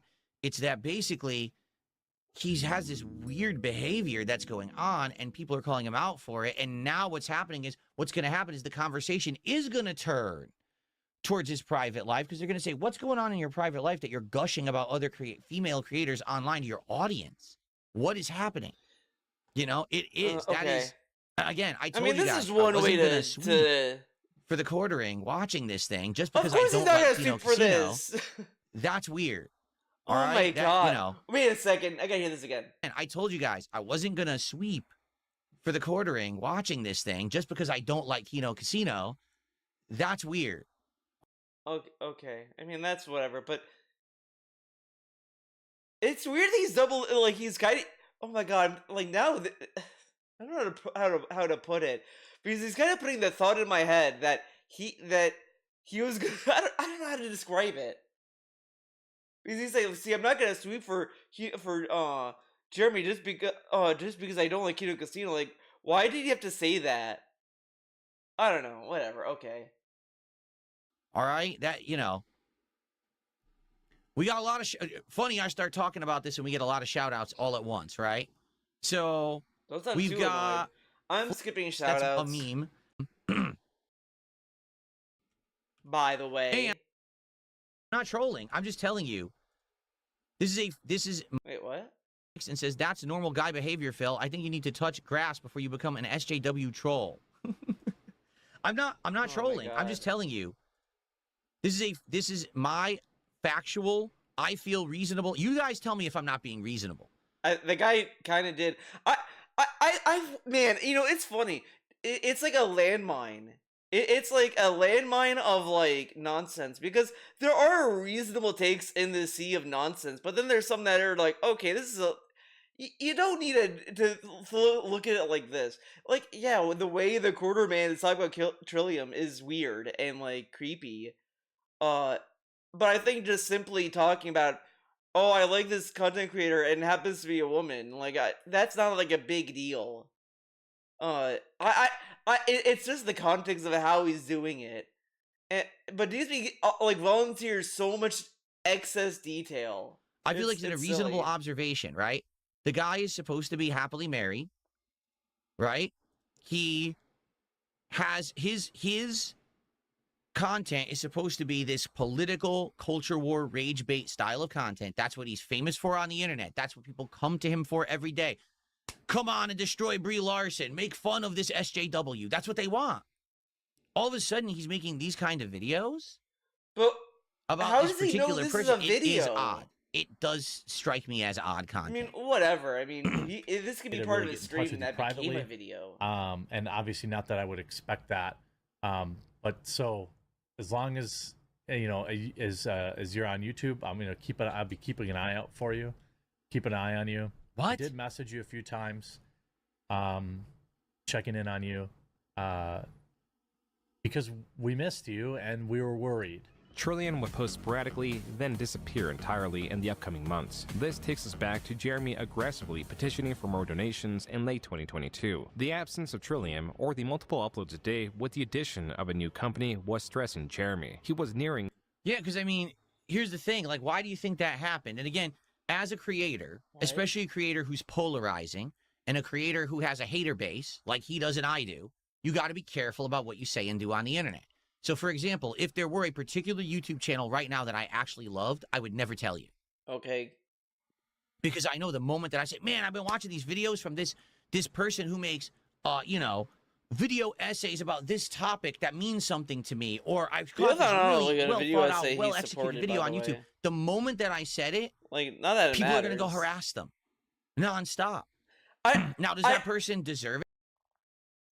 I think people would comment on her videos in hopes that DSP would see the comment. I think would happen. But as far as like harassment goes, I think it would probably be on DSP's end because at most, let's say that he watches a YouTuber that does a podcast, right? And then people start commenting like, "Oh, DSP has gout. DSP's an idiot. Whatever." The person may say offhandedly like, "Oh, you know, I've been getting an influx of comments saying that DSP is an idiot." And like that, and they may say that that's weird because you see something happening, you're going to say that's weird, whatever, and then you see they're harassing them. I mean, like it depends, I guess. Because if it's like flooding the comment section, like, and their original viewer bases can't like comment, that's one thing. I mean, it's whatever. It's whatever. You know what I'm saying? Deserve it? That just because you like their content, do they deserve harassment? Of I course wouldn't they say don't. that. So I if wouldn't you're say the wise, the thing is you don't ever the thing is I wouldn't say the harassment that these other YouTubers would have gotten if DSP said I watched so and so. I don't think would be like malice on their part. I think it would just be like their comments may get flooded with nonsense. I think that is the tier of online harassment that these channels would get. Not like, oh, we're gonna dox them, they're gonna be the next lolcow. Like I don't think that's what's gonna happen. Because arguably, you could argue that the people he raids on Kick would have gotten that, right? Like Mad TV, Bumblebee, whatever. Like, come on, dog. ever bring that kind of stuff up. You just keep it to yourself. And I know that when people say, oh, what's that YouTuber that you and your wife watch together? I would never tell you because I'm not ignorant. I'm not selfish. I'm not stupid. I don't need to make content out of that. So I'm not going to bring it up because I don't want them to get harassed. So I guarantee you what happened was, so at first, this woman saw a surge of support from the internet for her little small-time video channel, right? But then the haters latched on, and now they're going to stalk her endlessly. Okay, I kind of want to go back a little bit to the introduction of this. Actually, you know, I'm going to go to the actual video by Joon the King to get there, so I don't have DSP telling me talking over it and pausing. Only after reviewing. Whoa, calm down, man. Okay, I don't care about this. I probably should have wait. It's trending as some day video. August, Jeremy But I custom leashes for his dogs and a card from Trillium. Jeremy would send support to another similarly small channel known as Melanie Mac. I'm just Wait. Over videos and offers his assistance in case she ever wanted to stream. that she admits To Jeremy and the dip in views or nearly every other threat against him, Alright. this was no different. There was no ban, no dip in viewership. His channel was not under attack, but something was off kilter. Jeremy was on the precipice of another breakdown, potentially sourced from this channel. In March of 2021, Trillium was doxxed and deleted her small channel, but made a new one. She contacted Jeremy, and Jeremy, as a target of doxing, supported her. She made a Okay. video thanking him and so on. Okay, so I thought it was something else. I thought they said that she was doxing. No, she was a victim of doxing. Okay, all right. So what? Oh my god, I'm lost in the sauce. This woman saw a surge of support from the Okay. internet for her little Okay, okay. Now I think okay. So with that in mind, he's probably gonna blame the viewers and Quarterman's haters, but I just think also since like she went offline after she was doxxed. I mean I don't know why she was doxxed in the first place, obviously, but obviously this person doesn't want to like go through that again and all this stuff. I was very happy when the Quarterman gave her support, but I think she probably started to feel a little weirded out by how Quarterman was talking about her, and the haters may do whatever regardless. I mean, again, it's a concoction with whatever, like a cacophony of nonsense that would probably not want her to want to upload videos. You know, like that does happen sometimes where it's like, yeah, you're getting people that are saying you're an idiot, whatever. Then you have like Quarterman's like, I love your videos. You should upload more videos. Where's your videos? I need to watch your videos. Like that, like these are things that like some people may just like, I don't want this attention. I just want to like just upload videos and like people watch it and have fun, whatever. I don't need like this. But let's see what DSP's gonna say. little small-time video channel, right? But then the haters latched on, and now they're going to stalk her endlessly as the result of him making this content talking about her, right? Well, They are. whatever. So Yeah, that's what happened. She probably said, I can't take this anymore. I just got to stop completely making any content or Again, responding so we're I can back be to left alone. blaming the trolls. I mean, you could argue that the trolls contributed to that, like with everything. But you don't think maybe the way Quarterman was like fucking like, oh, I love your videos, your videos, all this shit, like glazing her and all this other stuff. You don't think that may rub her the wrong way? It's like toxic positivity almost. Like at some point, people are just gonna be like, okay, I don't want to like contribute to this. Sometimes people like will say something that's gonna be very like off-putting, and you're just not gonna want to interact with that. Left alone. That's my guess anyway. Thank you, Vasil. 1313 super chat. And he says, the Tekkening? Tekkening? Okay, we're skipping the Tekkening. I don't know what that the means. freaking number row like a moron. Okay. Okay. Guitar player. That's actually our first. Okay, He thinks guitar he sounds player. rational here. I don't know. It's weird. It's weird. Tonic just really loves the content and the content resonates with him. Wait, what? Let's say it's completely innocent. Let's say this guy actually does really like this creator. Completely platonic, just really. It is so weird to throw. It's okay if he said platonic. So if he said all this weird shit and said blah, blah, blah, platonically, would he be okay with it? Like I just think like why not just say this is weird what he's saying or whatever. Like it's just this added nonsense of like you should never talk about the people you watch or whatever the fuck. It's a little like a bridge too far. Really loves the content and the content resonates with him, all right? You still have to have the self-awareness to know that doing what he just did to his audience, especially with the fact that he has haters, that person is now going to get harassed as a result. I know that. I've learned that the hard way. I've learned my lesson. That's why you don't see me do that kind of stuff, right? Thank you to Suku. Just did 2,000 kicks over on 2,000 kicks. Suku. Thank you. $20 tip. Fair. And I'm trying to be reasonable in my reactions.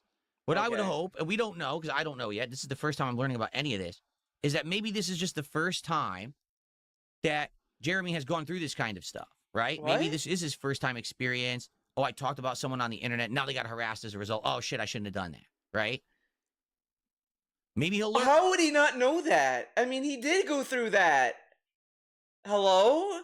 I think it was in the second part that I'm not uploading. But the second part, like, he literally was going through the time where, like, the Quarterman was beefing with, like, other YouTubers. Like, that guy, that professor guy.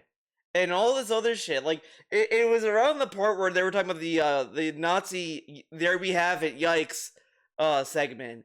Like, he went through all of that, and he's like, oh, yeah, I guess this is the first time him doing that. Right. Like, come on. Right. He'll learn. He'll learn, dude. Will he learn? That's the question. Will he learn from this mistake? Will he learn? Breaking Will point he on November not? 29th, 2022. This day, Elon Musk on Twitter made a post about free speech, which Jeremy replied to, requesting clarity, and asking for a 10-minute Zoom interview, mentioning his 1.4 million subscribers and his fight for free speech. Elon Musk declined by stating that he had been very specific. No, that's the... Man. He made a mistake. He absolutely made a mistake.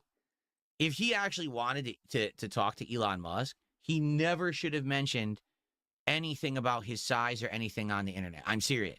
Because the moment, oh, I have 1.4 million subscribers that would love to know.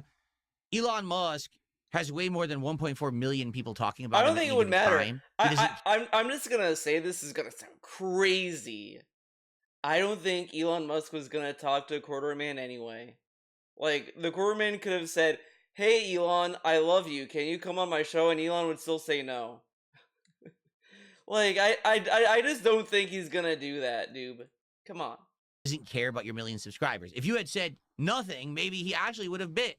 But when you say you have 1.5 million subscribers, you're like, fuck this guy. Why would he right? say He's that? just doing it for Like, clout. He responded one more time, but Whatever. it does not appear that Elon replied to him. On December 18th, Elon made a poll asking if he should step down from Twitter. The quarter Yeah, I remember response to Elon Yeah, Musk, and what unable happened? to What find- happened, Phil? What happened to that poll?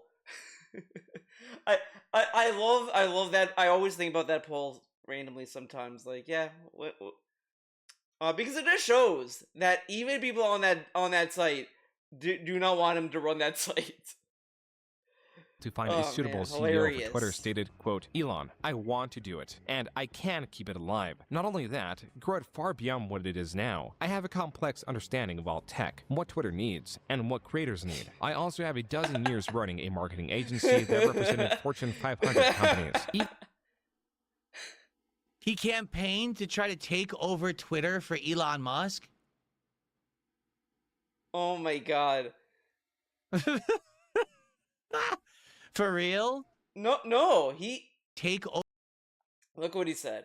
Not appear that Elon replied to him. On December 18th, Elon made a poll asking if he should step down from Twitter. The quartering I remember response to Elon Musk, unable to find Oh, okay, a no, he did suitable say CEO that. for Oops. Twitter stated, quote, Elon, I want to do it, and I can keep it alive. Not only that, grow it far beyond what it is now. I have my a God. complex understanding of all tech, what Twitter needs, I and love that the quarterman thought this was a real possibility.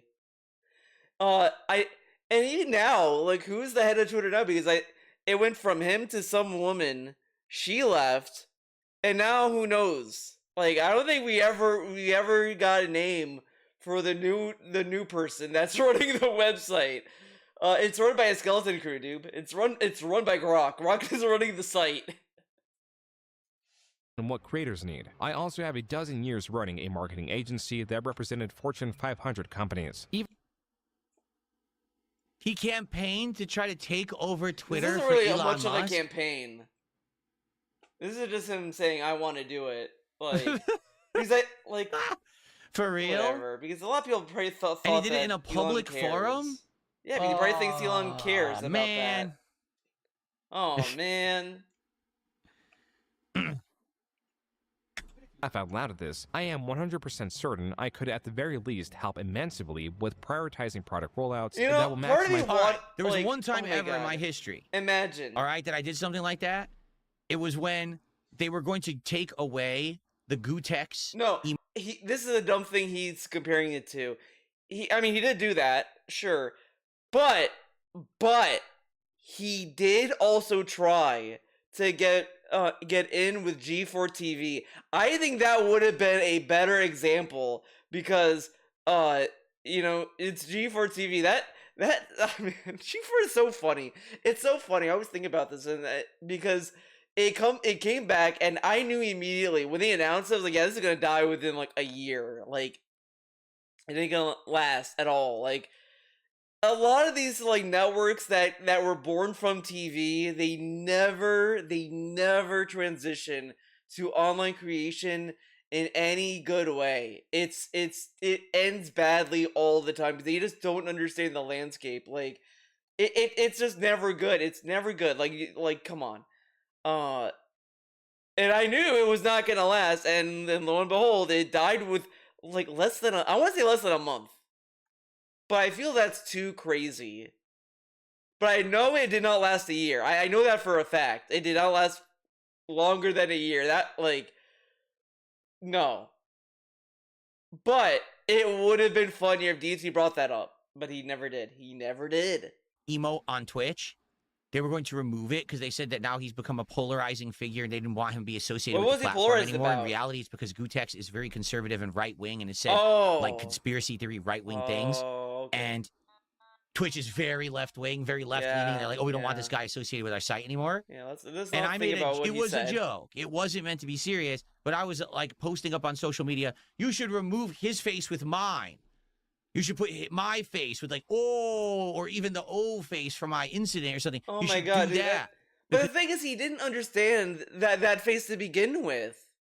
Like, because he was like, but it was more like that, like not like I don't know. He just didn't understand the assignment. I want to say he didn't understand the assignment Because when people he would, was that would looking for really that. stick it to Gutex to have that removed and have my face in place because he doesn't like me.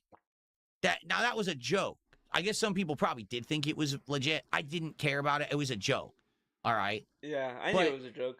even if I were the size It's of the just not quartering, funny. and what I mean by that is the size of his YouTube channel, the size of his following, the amount of money he makes, and that, I wouldn't be trying. Oh my god, did he make a fat joke? Even if I were the size of the quartering, and what I mean by that is the size. Oh my god, like, he loves doing fat jokes. He loves doing it.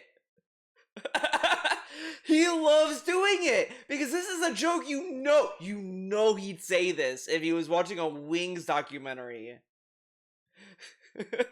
he would say it and do a little giggle after saying it. But the quartering is not a fat ass. I mean, he's not skinny either, but this dude is talking about the quarterman as if he's fucking obese. The size of his YouTube channel. Like, the quartering, to a degree, you may even argue, is maybe shares the same weight as Cat.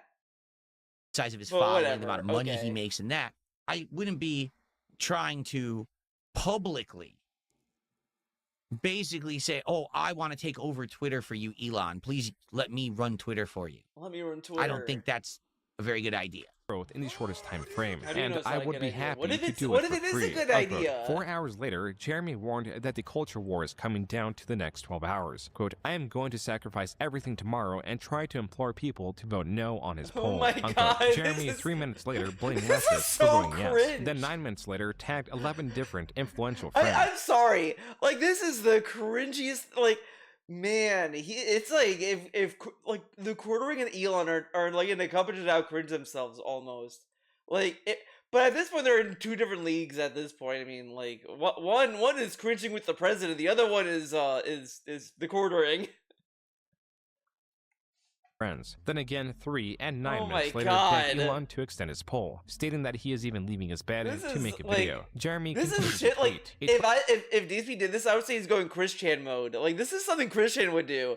Okay, guys, we gotta fight the culture war so Sonic 2 can be a real thing or whatever the fuck. Like, Chris Chan would definitely do Twitter that. user Come comment- here. You want to know the best part about all this? What's the Elon best Musk part? didn't fucking care. Elon Musk, everyone Okay. thinks that he's like this super intelligent, serious guy. He's not. Okay, Spoiler alert. wow, Elon Musk whoa. is not super intelligent, and he's also not super serious. Whoa. This is the guy who tweeted about the valuation of stock being 420 Oh my at a god, party dude. where he was smoking. There are better examples that he could pull up, and he's still fixated on 420 because it's weed. Because marijuana is the worst thing ever and super duper dumb. Like, okay, man. Literally, like, Elon can't even run Twitter. He can't run a fucking website. The website ran way better than it did before he took over. Ever since he ran it, it has been a mess. It crashes more often than ever that I've been noticing, even on my end. Like, there was a whole issue with the passkeys that, like, gave me a headache because I couldn't log in because the passkey was outdated because it switched to some service. And that only happened because this fucker was like, I want to change the site to X instead of keeping Twitter, you know, the fucking brand that is like the most iconic thing, and now it's the most generic thing. No, let's not talk about that aspect. Let's talk about he said 420. Okay, man. And then he got knocked off of the board of directors of said company because you can't do that. But he didn't care. This guy has what's called affluenza. It means you become so powerful, so rich, you don't care about anything because nothing can really negatively affect you. Okay? So to him, he posts my up this God. poll on Twitter. I Should I think step if down? I Quartering swear I was will a agree woman, and abide Elon would by definitely the talk to results. her. Everyone voted step down, yes, and then he never stepped down. He literally said, fuck you, and he just stayed. He didn't care. That was never a serious poll. Yeah. But Jeremy got fooled into Everyone- thinking this every- guy is Everyone like, knew it was I not guess what it is, he serious. must That's why they really look voted up no, to Elon Musk. probably. He wants to be Elon Musk. And so the fact that this is his idol, right? Oh no, do not step down, please. Do not step down, whatever you do. And he's just all over it. Like, no one else took it this seriously, I don't think. Like, I'm sure people covered it as a story, but he's going crazy on Twitter about it. Like, why? No, Why? a tweet is not legally binding, right? It's not a legal document. Isn't that It's not a how, contract isn't that how that was drawn up. Elon He's ended up? bullshit. Wait, isn't that how Elon got roped into buying Twitter because he made a tweet jokingly about it, and then like some government entity, was it the FTC, I don't know, the commissions, I don't fucking know, was like, oh well, you said it, you gotta buy it. Because I think like Jack also like Jack, that fucker, he forced Elon to buy it because of the joke, and they're like, yeah, he has to buy it now. Like, on one hand, it is funny that like he had to buy Twitter, but it is like stupid. He's also Just the worst wondering guy, how dude. the world would respond And if he you never ever to made the say money something back. like this. Who knows how he thought the world would respond? Maybe he actually thought the world would be like, oh no, Elon, stay in charge of Twitter. We love you so much. But in reality, it was the opposite. Everyone said, no, step down. We don't like you. But he's freaking out like it's serious. It's not serious. Not Jeremy Hambley did five Okay, we're skipping all shoutouts. Unless he crashes out, every but he day. won't. I'm so happy I don't. Can you imagine me making crazy tweets and things to Elon Musk and shit? Oh my god, you would never do that anyway. What? Like, oh my god, dude. I don't have big aspirations to be some big shot. I don't want to run Twitter. I don't want to be a big political punch. Okay, This we're is wild moving stuff. forward. Wild He stuff, actu- man. Okay. Jeremy responded, quote, We yes, took that Twitter way is the too public long. square. Losing freedom of speech Yes, in that square is it more is. important than 9/11. Does that make you feel uncomfortable? It makes me feel like shit to say. Wait, what? 11. Jeremy responded, quote, yes, Twitter is the public square. Losing freedom of speech Yes. in that square is Oh my god. That sounds like the soundbite Tevin has of DSP saying yes or whatever. I thought it was that. I was like, wait, what? It more is. important than 9/11. Does that make you feel uncomfortable? It makes me feel like shit to say it, but it's also true. Unquote. Other creators, like Mr. Beast, were not as appreciative of Elon as Jeremy was, though he did try to change his mind. By the 10th tweet, Jeremy had released his video and tagged Elon Musk, asking if we could get just 3 minutes on the phone with him. I literally. You're not gonna get 3 minutes on the phone with Elon This is Musk. literally ever. Christian In shit. any- Christian would definitely do in this. any universe, in any alternate dimension of the multiverse, I don't think that Oh my there's a God. dimension where If Jeremy there's Hambley one thing, gets a if conversation. there's one thing the multiverse did that ruined everything is giving DSP that word. Now he's saying, "Oh, the multiverse, the multiverse." Conversation with Elon Musk. You know what I'm saying? Elon Musk does not talk to the plebeians. He's busy. Okay, sure. Like, oh my goodness. Had to make this video. My most important video that My most important video. Oh. I've literally ever made on this channel. Jeremy in this video asked his viewers to vote on Elon's poll, and if they didn't have an account, he requested they make one. Then he attempts to rally his contemporaries. I'm calling my fellow content creators, Sydney Watson, Count Dankula, Bering, Trillion. Sargon of Akkad, Carl Benjamin. If they let this window pass without throwing their hat in the ring, without getting Get out in the of ring. bed to fight for freedom of speech, Just the fact that Elon Musk posted it up like late, Oh my knowing god. that Okay. most people would never even see the tweet. Okay, move on. I'm over this. Guys, as a you fellow Elon made content that creator, tweet. if you don't wake up and fight for this, I don't ever want to Wake hear up. your Grab freaking us, brother, wake opinion ever again Ever about freedom again. of speech. I need you to remember this moment when all of my fellow free speech content creators were in bed, okay? Why they weren't paying attention to the most important decision in free speech online in history. Yeah, I mean, and if people are saying it, he's either drunk or he's incredibly tired Yeah, or maybe he's ti- on some kind of medication. I You don't lo- know, and that's oh his my god, own dude, business. this shit's annoying. Like he's either tired, he's either drunk, he's on medication. What if he's just an idiot? Do you ever think of that? This dude is like seriously like, what if he's sleep? Yeah, he's sleepy. He's sleepy, dude. Look at him. He's sleepy. Every time DSP says he might be tired, I just think of that movie Keanu, where they were like, dude, he's sleepy. Or was it a Key and Isn't Peele it? skit? But you he know made what the I mean. choice to get You're up and try to sleepy. make this video at this time of day, whenever it is. And yeah, this is what it turns into. Have I ever been this drunk? Have I ever been this drunk in real life? Yes. Have I ever been this drunk and made content? Yes. So then the answer is yes. I used to be up in the middle of the night drinking when DLC content would release for Oh my certain god, I games, love like it's a yes or no Fallout, question. right? He's like, Fallout this, 3 or yes, Fallout this, New Vegas yes, DLC yes. Like, just say hit at like yes. 2 in the morning, and I'd be up drinking, and then I say, "Oh, it's out," and I'd be Okay, we're skipping ahead. rallying the political content creators Oh, what? toward my playthrough of the new Fallout DLC to be the first to get it on the internet. 100%, I would make content like that, but it was drunken gaming. It wasn't rallying the political content creators to vote that Elon Musk should not step down from Twitter and saying that it's the most important thing Okay. ever in history. It was me dicking around with a video game. Like, But you know, if DSP did that, he said, "I'm just 40. dicking around, tired. man. I'm just sweaty. I'm fat. I'm I'm tired. I'm sweaty. I'm not long fat. for this planet. Is the What- culture what? war. Twitter is. I'm not long for this planet. Dude, now you know he's on something because he's feeling down. He's like depressed. Like, The oh public my god, square. okay. We must keep. Yeah, because he's definitely being serious. I mean, the guy who literally says, "I know how to pull on people's heartstrings." I just think it's interesting. DSP like doesn't think about that quote at all when watching this, and he's like not thinking that this is insincere to begin with. He thinks this is all genuine. On in Ah, charge. yes. Jeremy's video was not being well received, nor were his comments stating that Elon potentially stepping down is worse than 9/11. Creator Nicholas Diorio was one of many antagonizing Jeremy, enough so that Jeremy challenged him to a boxing match, to where Diorio referenced Jeremy's Gen Con assault as evidence that he was already on a losing streak. After a long night of tweeting, But it's only Jeremy was going to one! bed, so I had a mental breakdown. Oh no! Bleh. Oh no! Come on! I hate these all come on reactions. He ends up making a video saying he had a mental breakdown. Good lord! Good lord. I will say that this is actually truthful too. I'll give you guys a little Okay. bit of Okay. insight here. Insight time. As a creator for 18 Hell years, yeah. there are Right. sometimes, Yeah. okay, Okay.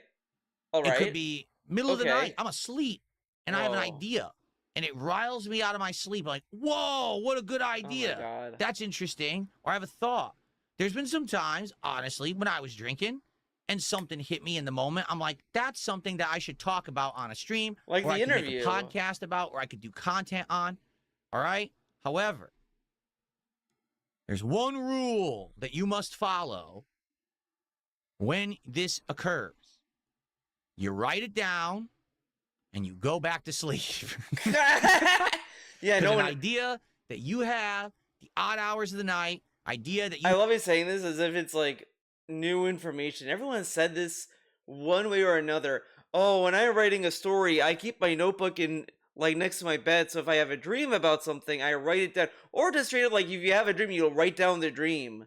Like people do that. They do keep dream diaries. And he's acting as if this is like hot information. Like guys, okay, this is secret tech.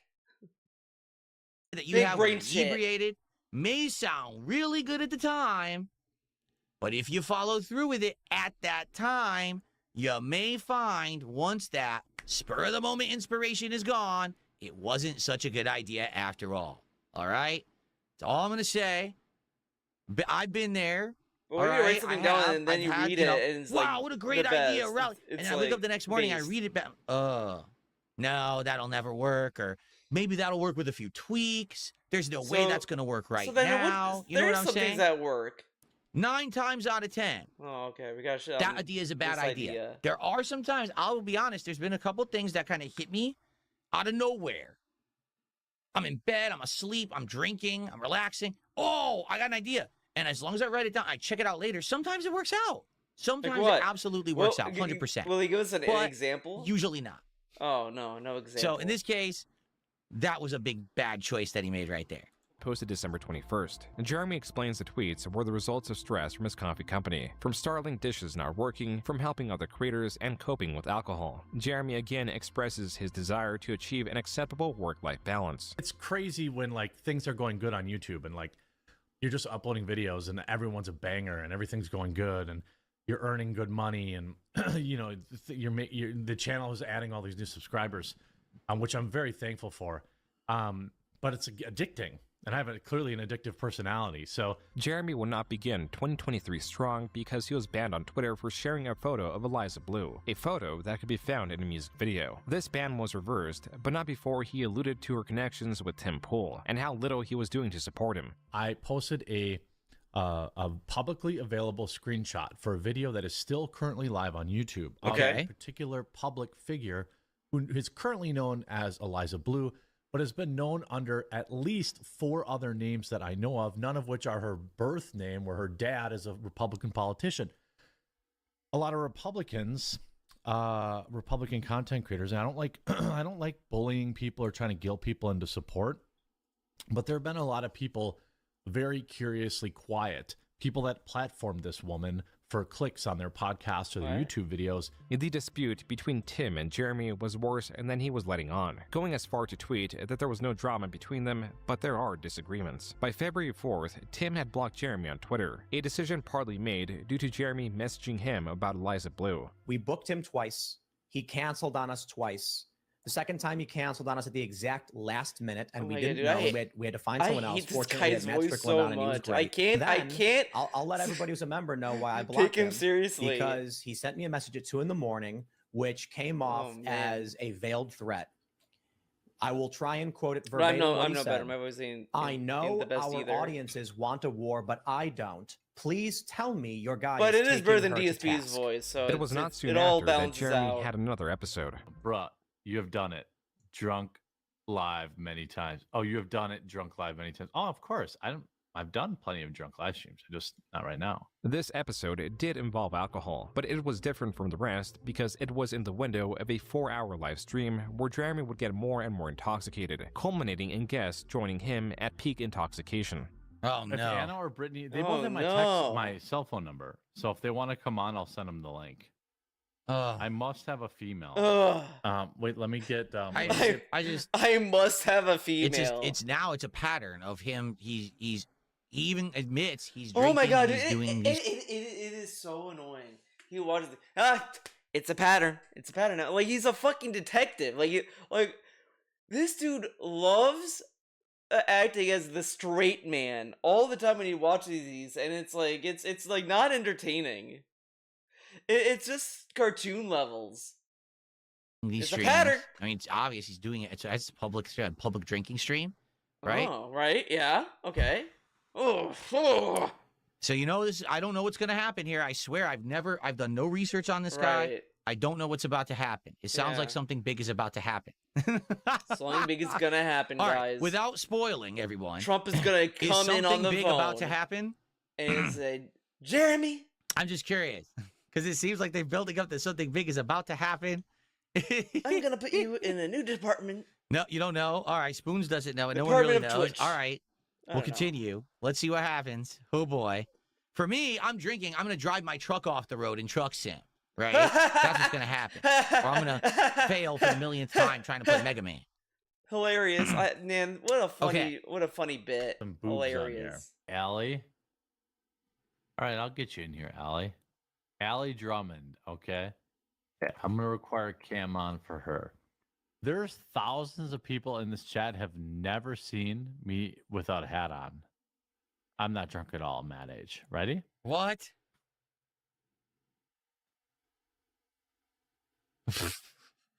Oh my god. Oh my God, dude! He's showing off Oh. his hair. Oh man, dude, this is Sure, embarrassing. I've gone from a forehead to a I like that he's acting this way when all he's doing is taking off his hat.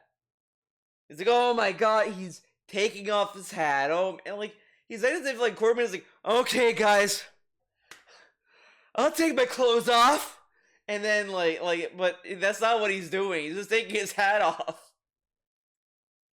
5 head, but I'm not bald. I need a vagine in this chat so I can go pee. I gotta pee so bad, but one of these girls better show up. Welcome to the stream. How are Oh you? my god. I'm good. How are you? Oh, I'm killing it. Yeah, I didn't think that anybody would be into pregnant chicks, but hey, I guess the internet's a big place, so maybe they are. She also has an OnlyFans where she sells breast milk pictures, Only stuff like that. fans. So, Allie, I mean, we've only ever exchanged nudes online. So, what's Mhm. it? I appreciate you joining me. Yeah, no, thanks for having me. My husband actually likes your content, and I didn't even know that you had reacted to my content before. I didn't even think you looked at my channel like that. Well, it's obviously before you were pregnant. Now that I know you're pregnant, I've moved on. I'm Okay, this diagnosed is getting Asperger's, kind of. so I can say it. Oh, what? But like, But yeah. you seem like the Yeah. very normal. What? Yeah. Hello. What is going on here? Okay. Did he intend to like destroy any iota of seriousness ever to be associated with him ever again with this appearance? It's stream? a drunking stream. Like this is the barn burner, It's a right? drunk Like this stream. is it. That's it. After this will be referenced forever. This is never my going God. to recover. This is So for me, I think you all For know what my me- most embarrassing moment has been. Okay, everything that we have seen so far in this documentary, Oh my I God. would argue what we're going through He- this moment right now. I feel like there's a degree of him watching these other lolcow documentaries in a way to belittle the fappening, the May 1st burst, if you will. And it's like, okay, man, like, yeah, of course there are more embarrassing things. Like, shut up. When you watch a reality TV and something really embarrassing is going on, you cringe so hard that I don't want to watch it anymore.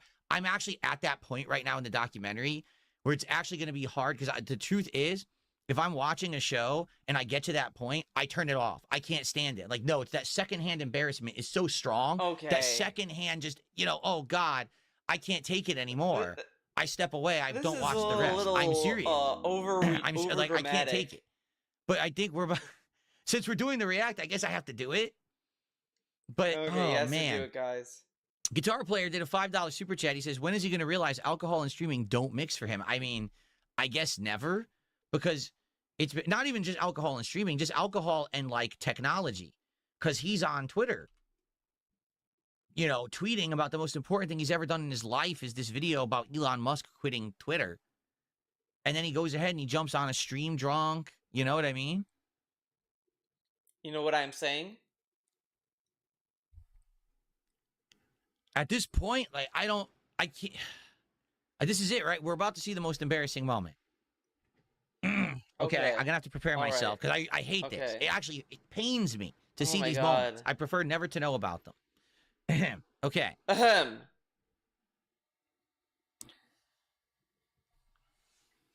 Oh my God, dude! I might as well just oh my let it play. Lord. It's like I love how like much women the hate her just because cringe she's so is so. beautiful. I was pretty ugly before I guys, learned I how have to to do turn my it hair off. and The my cringe eyebrows. is killing me. Oh yeah, and you were blessed with gigantic boobs. But the Came in and- later. Are you live Everyone's right now? yelling. Yeah. Are you live right now? Yeah. So Yeah, if you want, I'm not gonna be offended. Brittany said she's gonna pop a nip later.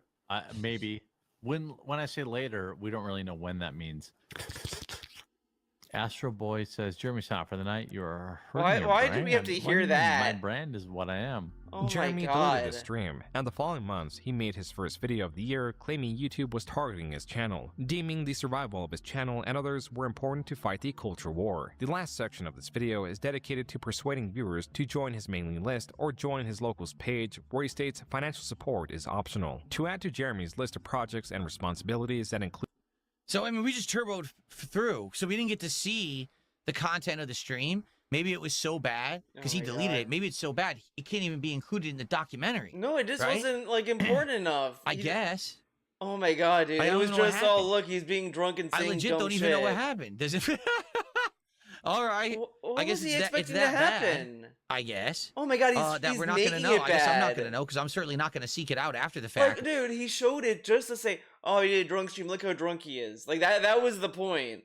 And they moved on to the next thing. And he's like, "So, like, was he expect? Like, he goes into this as if it's like Jerry Springer. He wants a What Jerry happened? Springer style But, video." Okay. Okay. So there now we we're go. on to the next. Oh, my channel's under attack. I need help again. Okay.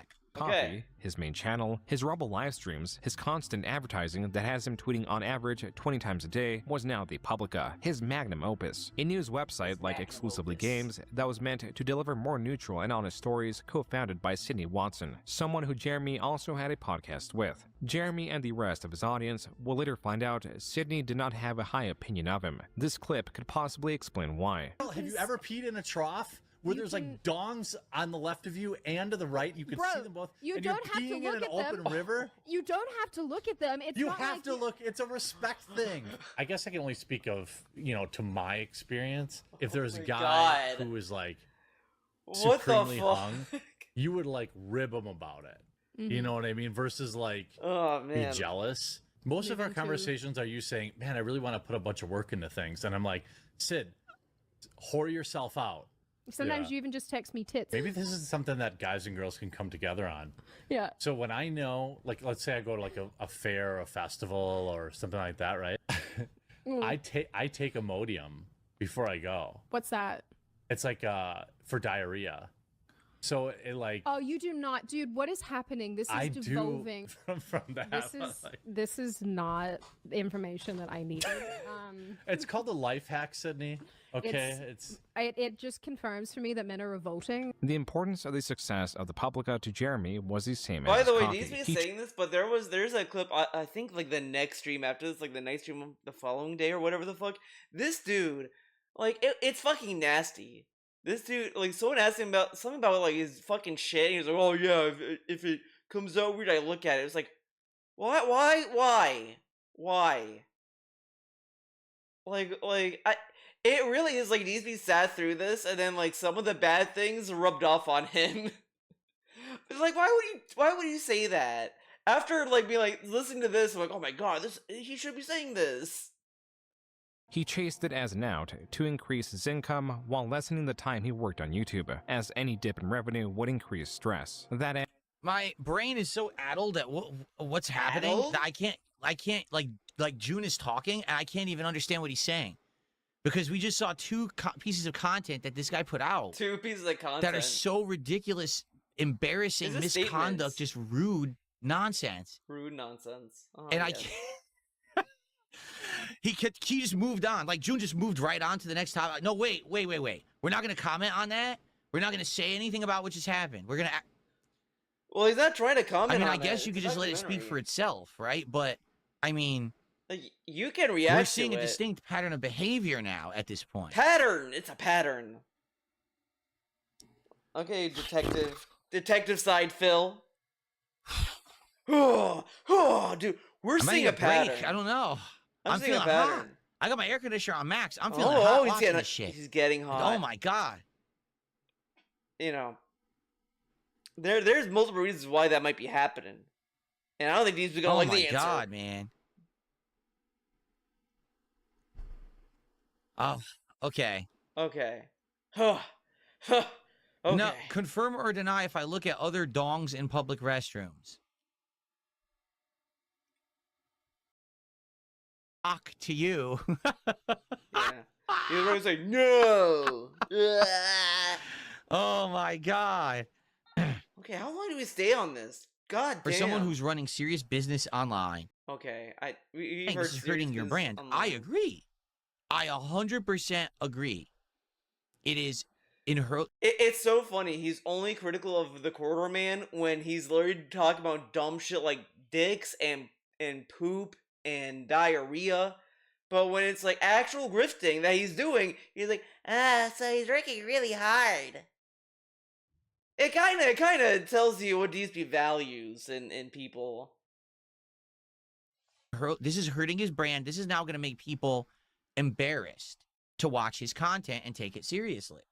Because when he's putting out Oh my that God, content, dude. It's Quarter, like you mean that guy people who was were just all- on that stream with all that women? He said, "Oh, He keeps saying this, but before he was like, yeah, he has a lot of haters. Yeah, man, a lot of people hate him. And now he's like, yeah, people are gonna say this. It's like he's already hated at this point, correct? And like, secondly, like again, he's grifting people. He did all these like Patreons, GoFundMe's, whatever the fuck, all these things, and he's like, yeah, man, he's working really hard. all these insanely rude my things and God. just perverse things." He's so fixated You know, the guy on who this apparently more is than the simping other over stuff another he's done. smaller creator, even though he's married. The guy that, you know, is with this conversation with a woman. He's talking about looking at dudes' dongs and taking Imodium AD, going to the fair. Like again, yeah. he's not looking at him over dramatically fear mongering his channel dying, all this stuff. That's not the concern here. I mean, in these kind of videos, it's always all of the above is the problem with the guy, right? Because it's a like the downfall of a content creator, whatever. So of course it's gonna be like, oh, see, this guy sucked at this, he sucked at that, he sucked at this, he failed at this, he failed at that, whatever. And this dude is like saying, okay, yeah, he scammed people. Okay. What he said? He said he looked at dongs. Oh my god, this guy's a loser. This guy, I see why people hate him now. It's like this is a weird thing to fixate on about a dude who has other issues going on. Yeah, this will 100% hurt his brand. And Again, he overlooked the paint chips in the coffee brand coffee bags. He overlooked that part.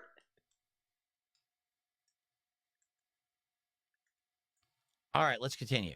And he was discontent with the direction of YouTube, now angry that they were pushing YouTube channel promotions, asserting how insulting the proposition was to have to pay YouTube to promote his videos while his subscribers were not receiving notifications. Even so, this service would be on the back of Jeremy's mind. For now, compared to 2022, 2023 seemed like a better year for Jeremy. His life was beginning to see some stability, but then in August, his father passed away. In this video, he reflects on the shortness of life, His the importance of reaction, spending it with loved like ones. it's so Like corny. a better year for Jeremy. His It's life was so beginning to see some corny. stability. But then in August, his father passed away. In this video, he reflects on the shortness of life, the importance of spending it with It's loved so ones, and corny, the importance of man. making peace with others while there is still time. In November, after 6 years of not posting on it, Jeremy resurrected his RC Oh my channel, a God. decision he made to relieve It's like stress. that clip, and then in the DSP versus the internet, he reacted to 9/11, and he said, "Wow," and it was like the biggest meme clip you could have. Like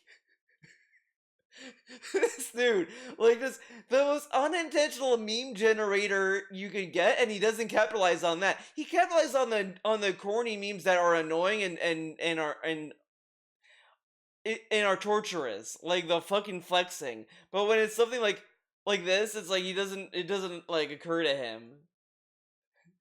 His father died. This is a Aw. channel he'd post most frequently to in 2024, a year that pushed Jeremy towards the quartering and away from his failing external projects. Still, a ghost of a that's former explaining, like, project would "Oh, come back to haunt him in doggo!" a somewhat ironic way. When you are living off other people's work exclusively, I think that's the definition of parasitic. You can make the same argument. Look, I cover other people's news too, right? I try to say, hey, this is where it's come from. Try to give, Jeremy was irritated that his former employee Ian Miles Chung had posted on Twitter one of the Publica's headlines without giving credit to the website. It's funny when I react to this. I kind of like didn't hear June's depiction of this. I only heard like the later half or whatever. But yeah, it is such a weird video. But of course, DSP had a weird reaction to it too. So it's like very cursed. After Chung got into an argument with Jeremy on Twitter, Chung posted the infamous 2008 video of Jeremy. Here's the creep advising peds on how to clean up their messes. And his response was to take a video from 20 years ago where I am simply describing to people that when they take their computers in to get fixed, oftentimes techs will look at the files. It obviously had nothing to do with advising predators, okay? Jeremy is misremembering or lying. It was not just a video informing viewers that techs look at impertinent information when doing repairs. It was also a video giving the specific advice to rename or delete sensitive folders. Advice given after he told a story about how a predator had insufficiently hid their files. Right. Regardless, Jeremy threatened. Right. And DSP did not, and even after June reiterated it, like, because it's one that you may miss it, you may not like really be paying attention to that clip, and even in this video, right? But he says it again, and I'm thinking, oh damn, he did that is fucked up. DSP like, right, and then get a load of this, it gets worse. And as I said, Here you go. back then things were different. Back Do then I things were believe different. that he had intent? It's so dumb to say back then things were different. So nobody cared about predators in 2008? Yeah, nobody cared back then. That was back then, guys. Now it's a problem. Right. Intention to try to tell someone, hey, hide your crimes. Probably not. He's focusing on like the I guess the intent or like the general advice of like, oh, when you turned it in, if you have anything like personal you wouldn't want like a random person see it. Like, sure. But literally, like, he told a story about a predator in the video, and of course that's gonna lead people like, oh my god, this is so fucking like weird or whatever. He could, like, if he wants to go down this like uh this rabbit hole or logical like statement, you should at least say, like, yeah, you shouldn't have told the story about the predator because it does kind of paint the advice in a bad way. And he comes off that way. But instead, he's doubling down on, oh, well, back then things were different. He was probably using that as a general, like, this is actually my real life story of how this happened, and, you know, Oh my what we god, discovered. he made it worse. Like, dude, he told out after an example of a predator. Oh my god, okay. Yeah, you as the common person should be doing this. I don't believe that. I don't believe that he's trying to say, hey, I want to protect pedophiles. I don't believe that at all. Okay, but Okay. it was a different time back then. 100%, it was 100 time back then. A different time back 100 then. time back then. And, you know, internet was different. And now you have to be careful about what you say and Oh how my you God, say dude. it and what. I love, like, he's acting as if it's, like, super hard. I mean, there are things that people misconstrue or misunderstand. Like, that happens. But you can either usually, like, clarify or try to explain your point. And some people may or may not, like, listen to it. Whatever. That's just how it is sometimes. What context and phrase you say it. Back then, everyone just said whatever they wanted, and no one really got taken to task for it. Okay? It was a different time. Like, I just don't think it's a different time. So, by the like, way, guys, he's comparing it to, like, doing a commentary of, like, oh, I said some fucked up things in a commentary, and people are it's like that. But this is not what was going on. He made it. He talked about a story that was about a predator, and then gave you advice about how to hide things. This kind of makes the whole thing seem kind of sus, right? But whatever. This is about the halfway point of tonight's stream. That's like So I a wanna say Derek thank tier you if you're defense on enjoying DSP's part. Like, my that's what you would react say here about to the Derek. Quarterings documentary Well, by you're just Joon King. If you are, he's just using if you could YouTube give in a this way stream a like, you I don't would know. definitely appreciate whatever. that. The Like, likes would help this channel to get into the algorithm and be seen. So if He you're here just live, give it a has like. a If you're weird watching this playlist, archived dude. on demand, if you could give it a like, Why- that why- would help why me as look at well. it weird? Leave comments on the Bleh. archive stream. That would help. Thanks to everyone who is here and who has already supported the content. You guys are awesome. Okay. If you like this, okay, I'm not listening to the call can to you do? action. as you see, everyone gets a shout out for their contribution. Remember when he used to say call to action? Future, because people are already asking me, oh, do you have other ideas or other things to react to? Wait, is he calling them jerks? Let's keep that momentum going. As I said, if we have a great night tonight, we'll finish this react this coming Thursday, and then we can talk about the future. Because people are already asking me, oh, do you have other ideas or other things to react to? We could talk about it. If you guys like it, we could work on it together. Okay? Oh, So thanks in advance. I guess Thanks to those who already have. Let's continue. Here we go. heard Second half. things. Here we go. Su Chung for libel, and that's as far as the disagreement went. In April of 2024, Jeremy instead had his eyes on two different creators, Styx Hexenhammer 666 and Melanie Mac. Jeremy started two podcasts with them independent of one another. Styx Hexenhammer has a reciprocal energetic feeding or a sort of pact with Stolnus, a non-Judeo-Christian demon that takes a form of an owl and visited him first when he was a child. What? In What? simple terms, he worships a demon owl. Melanie Mac is a Christian self-proclaimed libertarian who states she does not hate homosexuals but does hate their actions. And Jeremy Hambley is the owner of The Okay. Quartering, a channel that had the goal to push the conversation, not further tensions. He is the owner of two businesses that, while he desperately wants them to remain apolitical, on the same channel that he advertises his businesses is now selling Trump-cooked books, Trump tailgate stickers, and Never Kamala stickers. And by late September 2024, Are you gonna say that Jeremy was hypocritical, down to Philip? running one major business outside of his YouTube because the Publica was no more. And I didn't have the time Whatever. to promote paid memberships there that would have helped.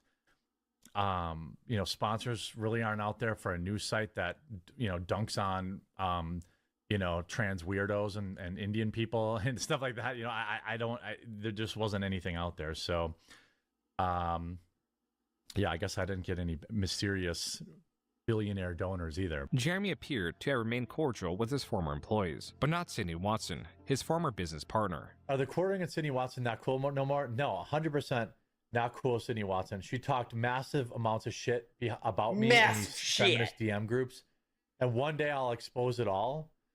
One, Wait, what? Oh. no, 100% not cool, Sydney Watson. She talked massive amounts of shit about me in these feminist DM groups. And one day, How I'll would he expose know it that? all. That's what I One want to day I'll know. share, because all of her woman friends, by the way, turned against her and shared all of her DMs with me. All of her so-called feminist confidants immediately sold her out to me. She said heinous shit about me after I paid for everything with the Publica, and it made me want to sue her because she never paid a single fucking penny for anything at that company. I lost $100,000 or more. Jeremy confirmed doormat. Yeah. Yeah. With the failure of the Publica, Jeremy would have to rely more on his YouTube channel. So at this point, we're now late 2024. It sounds like Okay. he's finally going to focus on his YouTube channel, but he still has the coffee, right? So I guess it's the The quartering cafe. and the coffee. That's what he's got left. He's no Okay. longer doing a Right. million offshoot channels, a million side projects. He's just focusing on that. On the coffee. Okay. Everything on the coffee. Not Jeremy Hambley did 500 kicks and says, Okay, I'm skipping shoutouts. We're not about the shoutouts here. Here is this 2024, 71 million views in a month. Whoa. What did he cover What in that did he month? cover? This could also have been a fluke. 2024 was an Oh, a election fluke. year, and Jeremy's channel afterwards could as easily see a decline. A decline that would come at the worst time possible, as he had attracted the attention of two persistent adversaries. The quartering has made a career by selling outrage, and uses the same strategy to dismiss his critics. Yeah, Alvin says, does Sticks know you crapped yourself in a store? What? I know that that Albin's not doing this, but sometimes like leftoids are like use that to try to make fun of me. I'm like, I told that story on a podcast. Like, you have to also understand that a significant I have to say, it is really funny that the crew's like, yeah, the first thing that they're owning me. Yeah, I shat myself, but like, I said the story. Like, wow, man, so cool. following is going to bring a significant unfollowing. A group of people that hate you, especially if you talk about some divisive stuff. But you have to understand who's on the other. Actually, they'll follow you even if you're not talking about divisive stuff. I don't think the stuff that I've talked about over the years has been particularly divisive. I think I'm a gamer. I just play fucking games. That's all I really Okay, care so about. then why And do still we- people follow me and hate my guts. So that stuff. Yeah, It's because like that person's life it's sucks. you. You're the problem here. It's terrible. Over the last 8 years, Jeremy's pleas for support have become more underhanded and more absurd. It began with his initial understanding at the end underhanded. of Phil, his say NPG something days about that that. having purpose Again, and I to define love. enemies sells better than June is like saying he's doing underhanded things. It's fucked up, and he's like, he's drinking really hard. But then it's like, oh yeah, he talked about dongs. Oh my god, this guy is an idiot. What an idiot. He should never talk about anything else dicks. he's tried. He has thrown himself in one of the most divisive spaces and has done well for himself. Perhaps too well. On several occasions, he has leaked his earnings, flaunted his wealth, and returned for more. Whether he is pressured by anxiety to And earn the other that's his thing- game room. And the other thing that DSP tends to do a lot of, and it's kind of like stupid, he kind of shames people for, oh my god. Oh, I don't remember what I was going to say. Fuck it. I gotta move on. Well, let me look. Are any of those real? No. Oh, They're no, I not. remember. He gets mad that, like, oh my god, like, they, of just simply talking about, like, of saying something like, don't say that, dude, don't show them that, they're gonna think you're rich. And it's like, it's basically telling people that they should scam harder, basically. Like, that's what he's, like, upset about half the time when he does these. Like, why would you talk about your plane? You're supposed to act poor, dummy. Blech. Or are they? Most of those. Like, it's hold on. not, hey, don't beg your Nope. audience. It's, Arcade hey, one man, up. Anything that's arcade one up is Beg- worth nothing. beg your 'Cause they're all audience, fake just don't show replicas your that affluence. are completely worthless and they're complete rip-off company. Scam They all better. look like arcade one up cabinets. Like the whole room. None of those are legit. Even his stools, his bar stools are arcade one up. If he had walked Oh. in there and that room was legit restored cabinets, I would have actually give him some props and be like, wow, he's a gamer. Maybe he just was wants there to back in the level day one in the up arcade just, days. like, for Arcade one up the, is complete trash that takes cosmetic. advantage of people who don't know what arcades were really like. No, It like, makes you pay- it's like the same shit with, like, parade figures, or pop parade? Is that what it's? I think it's called Pop Parade. Whatever.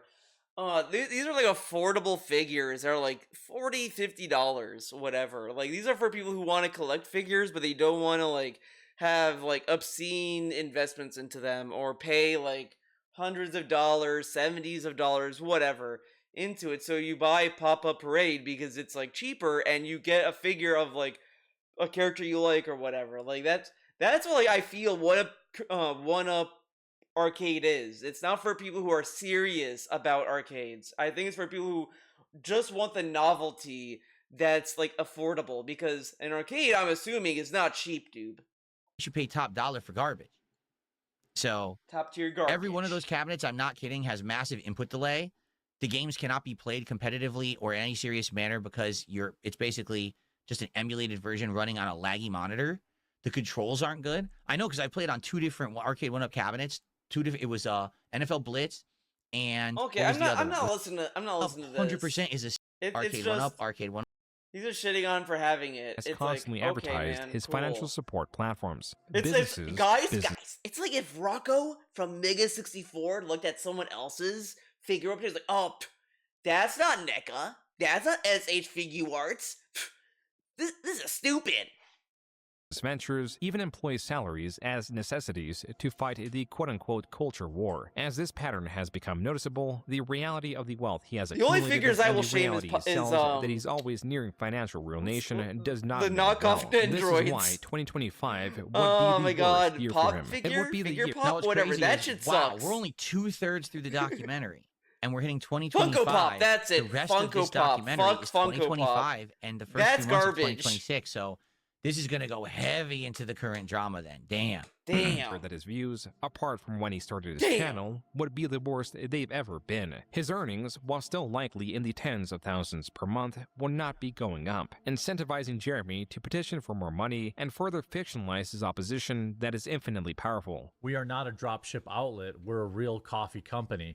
And I made that Oh. investment with the plan of having A something real that could coffee grow. company. Well, we've never been at our most vulnerable. You probably saw I was selling my Neo Geo collection. I'm selling my Nintendo collection. I'm selling all this stuff to help fund this stuff. And it's because I believe in the things that I'm doing.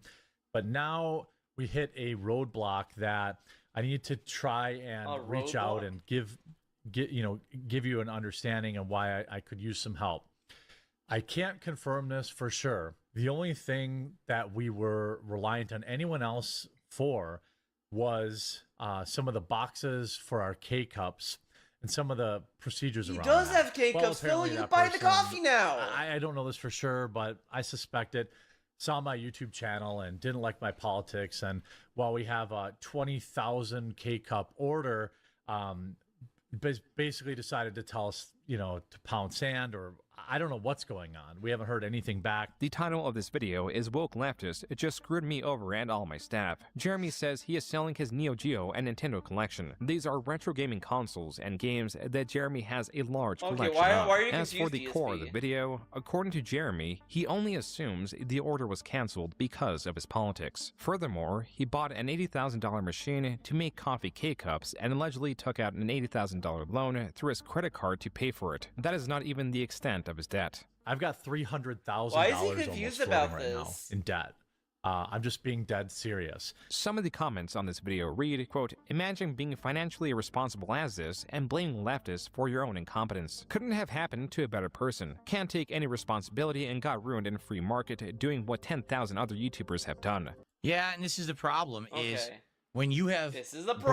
bragged about and flaunted your wealth. You said things like, "Oh yeah, I'm a millionaire." Oh, you're talking about your wife What? has a plane. You need to sell the plane because you don't need the plane.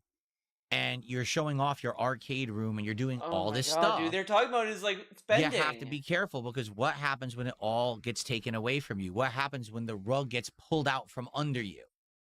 Okay? I know because I've been there. I got into insane bad debt. My income was dramatically reduced. I couldn't pay the debt anymore. And I went into a bankruptcy over it, And it's only been maybe the last year and a half where I've actually finally started to recover. I mean, the bankruptcy was in 2020. It's 2026. Whoa. And still I haven't recovered. My credit is still garbage. There's nothing I can do about it. Nothing I can I'm do. waiting. for this stuff to fall off my credit report. You know what I mean? And that's the problem, is when you present yourself a certain way, but then things change, people are going to be like, so what? You had it all. And now you've fallen from grace, so oh my tough god, shit. dude. They're talking about him Yeah, like that, not you know, spending his money so correctly. this is rough now. He's basically saying, so things have fallen apart. I'm not making as much money anymore. And now I can't even do my K-Cup orders on my coffee brand coffee. So now I want you to support me. Wait, what? What are you talking about? Why do your viewers on your quartering channel have to fix your coffee brand coffee issues? You're the one who decided to start a coffee company. Right? So any issues he's being associated with it are your transparent. issues. I love he's saying this to them, but DSP has done this to his own audience like a few times. Like, dude, guys, I just ordered all these fight sticks. Guys, you gotta make up for the difference here, or whatever the fuck. Like, he bought like all these fight sticks, all these versions of Street Fighter 6, which he didn't need. Like, the Hori fight stick he had since Street Fighter 5 could have worked on his PS5 because I have the same fucking fight stick. Now, I did migrate to the hitbox, which is a little different and a little bit like tricky, but you know, come on. I think this is where I'm gonna end it. I will watch the rest later. Let's just have him start the next segment. So I get it. I get it. And again, this is the pot calling the kettle black because I made bad financial decisions. I had a big dip in income, Yeah. and I would appeal to my audience saying, you guys are my only out. I don't know what else I could possibly So do. I love he's sitting there like, oh, I'm gonna empathize. I'm gonna do all this, and he's not even like doing that for the quarterman in this situation. But he's actually justifying his own circumstance over his, and you can argue that the quarterman at least was trying to run a business, which is more than what DSP can say. Because I can't make my bills anymore. I can't even pay them anymore. So I've been in exactly the same situation. Okay? And it's awful. Let me tell you this. When you hit rock bottom and you're like, it doesn't look like there's a light at the end of the tunnel and there's no way out and you're going to start losing everything around you. Yeah. That's when my life was falling apart. My lowest years were like 2016, 2017. I was going through all that personally. But the bankruptcy And came it was out driving me nuts. What? And But the it made me bankruptcy do came stupid later. things. And, you know, I'm just Whatever. happy that my life has turned around. I've gotten out of that. He said you he know? was happy in 2018 and 2019 and 2020 So the thing is, I can and kinda 2021 see and 2022 and 100%. I can see where he's coming from. Okay, you did say I that. can see okay. that what I did also was wrong, and I've already, said to my audience, yeah, it was wrong for me to put that onto the audience. I apologize for it, but I was at the, that was rock bottom for me. I don't know what else I could have done. But the truth is, no one's gonna care, right? Like, who's care? Why would anyone care that now your coffee company's falling apart? Dude, you're a millionaire. You've admitted it. People saw you make $50,000 a month on your YouTube channel alone. Why do they care that your coffee company's falling apart? So close it. Who gives a shit? Who gives a Right? shit? That's what they're going to respond. All No right. one's going to care. When Now you're play the when vid- you're oh so my much God. better Oh my God, off, dude, this I is- help you. This is garbage. which appears to be the same month. Okay, this is where I'll stop. Thank you for watching this video. I will watch the rest another day. Let's do a vibe check on the Sorrow stream. Let's just see what's going on here. Lex, I guess I won. Oh, $51. Oh man. What? Yes. Do I think I look good for my age? No. My What? face is all screwed up, and we all agree. My face is is- all screwed up from years of eating, poorly, What drinking the too f- not not sleeping. What the fuck? I go back. Yeah, my face is screwed up. Being stressed the hell out. So many bad things I did to myself for an elongated period of time. What the fuck? It's going to take years years. of rehabilitation efforts Rehabilitation. Oh my to god. get me to look good again or What normal. You know what I'm saying? I'm just gonna say it. I think the only thing that like alcohol affects is his nose, as far as his face is concerned. I guess. I mean, and the damage is already done at this point. Like, you know. saying, like, my body is fucked up because I didn't take care of myself. Oh my God. Let me be a cautionary tale to those of you out there who are in your 20s and 30s and you have ample opportunity to eat well, to get good and be healthy and look better. You can't really. Like, look, how much better am I ever going to really look realistically? I weigh 170 pounds. I've burned off almost all my fat, and my face still looks like this, and there's nothing I can do about it. You know? What else could I do? You know, to a degree, you kind of have to feel bad a little bit because he's kind of getting a little like. There's a degree of body consciousness that kind of comes to the point where it's like you kind of feel bad, like you're seeing a person like freak out about their own body in real time, and it's like, man, like, oh. So I'm doing whatever I could, but that's what I mean. Like, I look a lot better than that version of me. But just remember, he was like, why would you tell people about IBS or whatever? That's for sure. And look what he's doing. I don't think that I look good, you know, and there's not much I can do besides just sticking with this, and maybe in another couple of years. I thought we don't care about you looking maybe good. I'll look a little better. Why are we like fixated you know what on I'm looking saying? good to your audience? Flowers. Oh my God, I hate when he Nice does flowers. that kind of humor. Ugh, flowers. Even though it's like a fucking scene in OBS that he has. Them. I should probably fix that. I should probably fix that. But I think it's the sub-renewal sound effect. Hello. Boo. Boo. Oh my God. This little pig dance, the pig shuffle. Yeah. Yeah. Oh my God, great. Is it possible to gift a sub to a specific person on YouTube mobile? No. No. Well, here's the thing. I disagree with some of that. Like, my face looks like shit. Although it's funny. Oh, so this was been what he crashed out on. I look really good for my age. Well, here's the thing. I love it. People say, Phil, you look like you're Ozempic man. You look stupid. He's like, I look really good, and I'm healthy, and I'm amazing, and I don't take Ozempic, dumb fuck. But then when someone says, Phil, you look amazing. I love you. He's like, oh my God, guys, I look like shit. I mean, I don't look terrible, but I fucked up. Like, man, it really is like, he'll tell you the opposite. It's like sometimes when someone gives him a yes or no answer that he says yes to, but he starts off with no. Phil, are you gonna play Sorrows today? I was gonna say Sallow. Sallow is something completely different.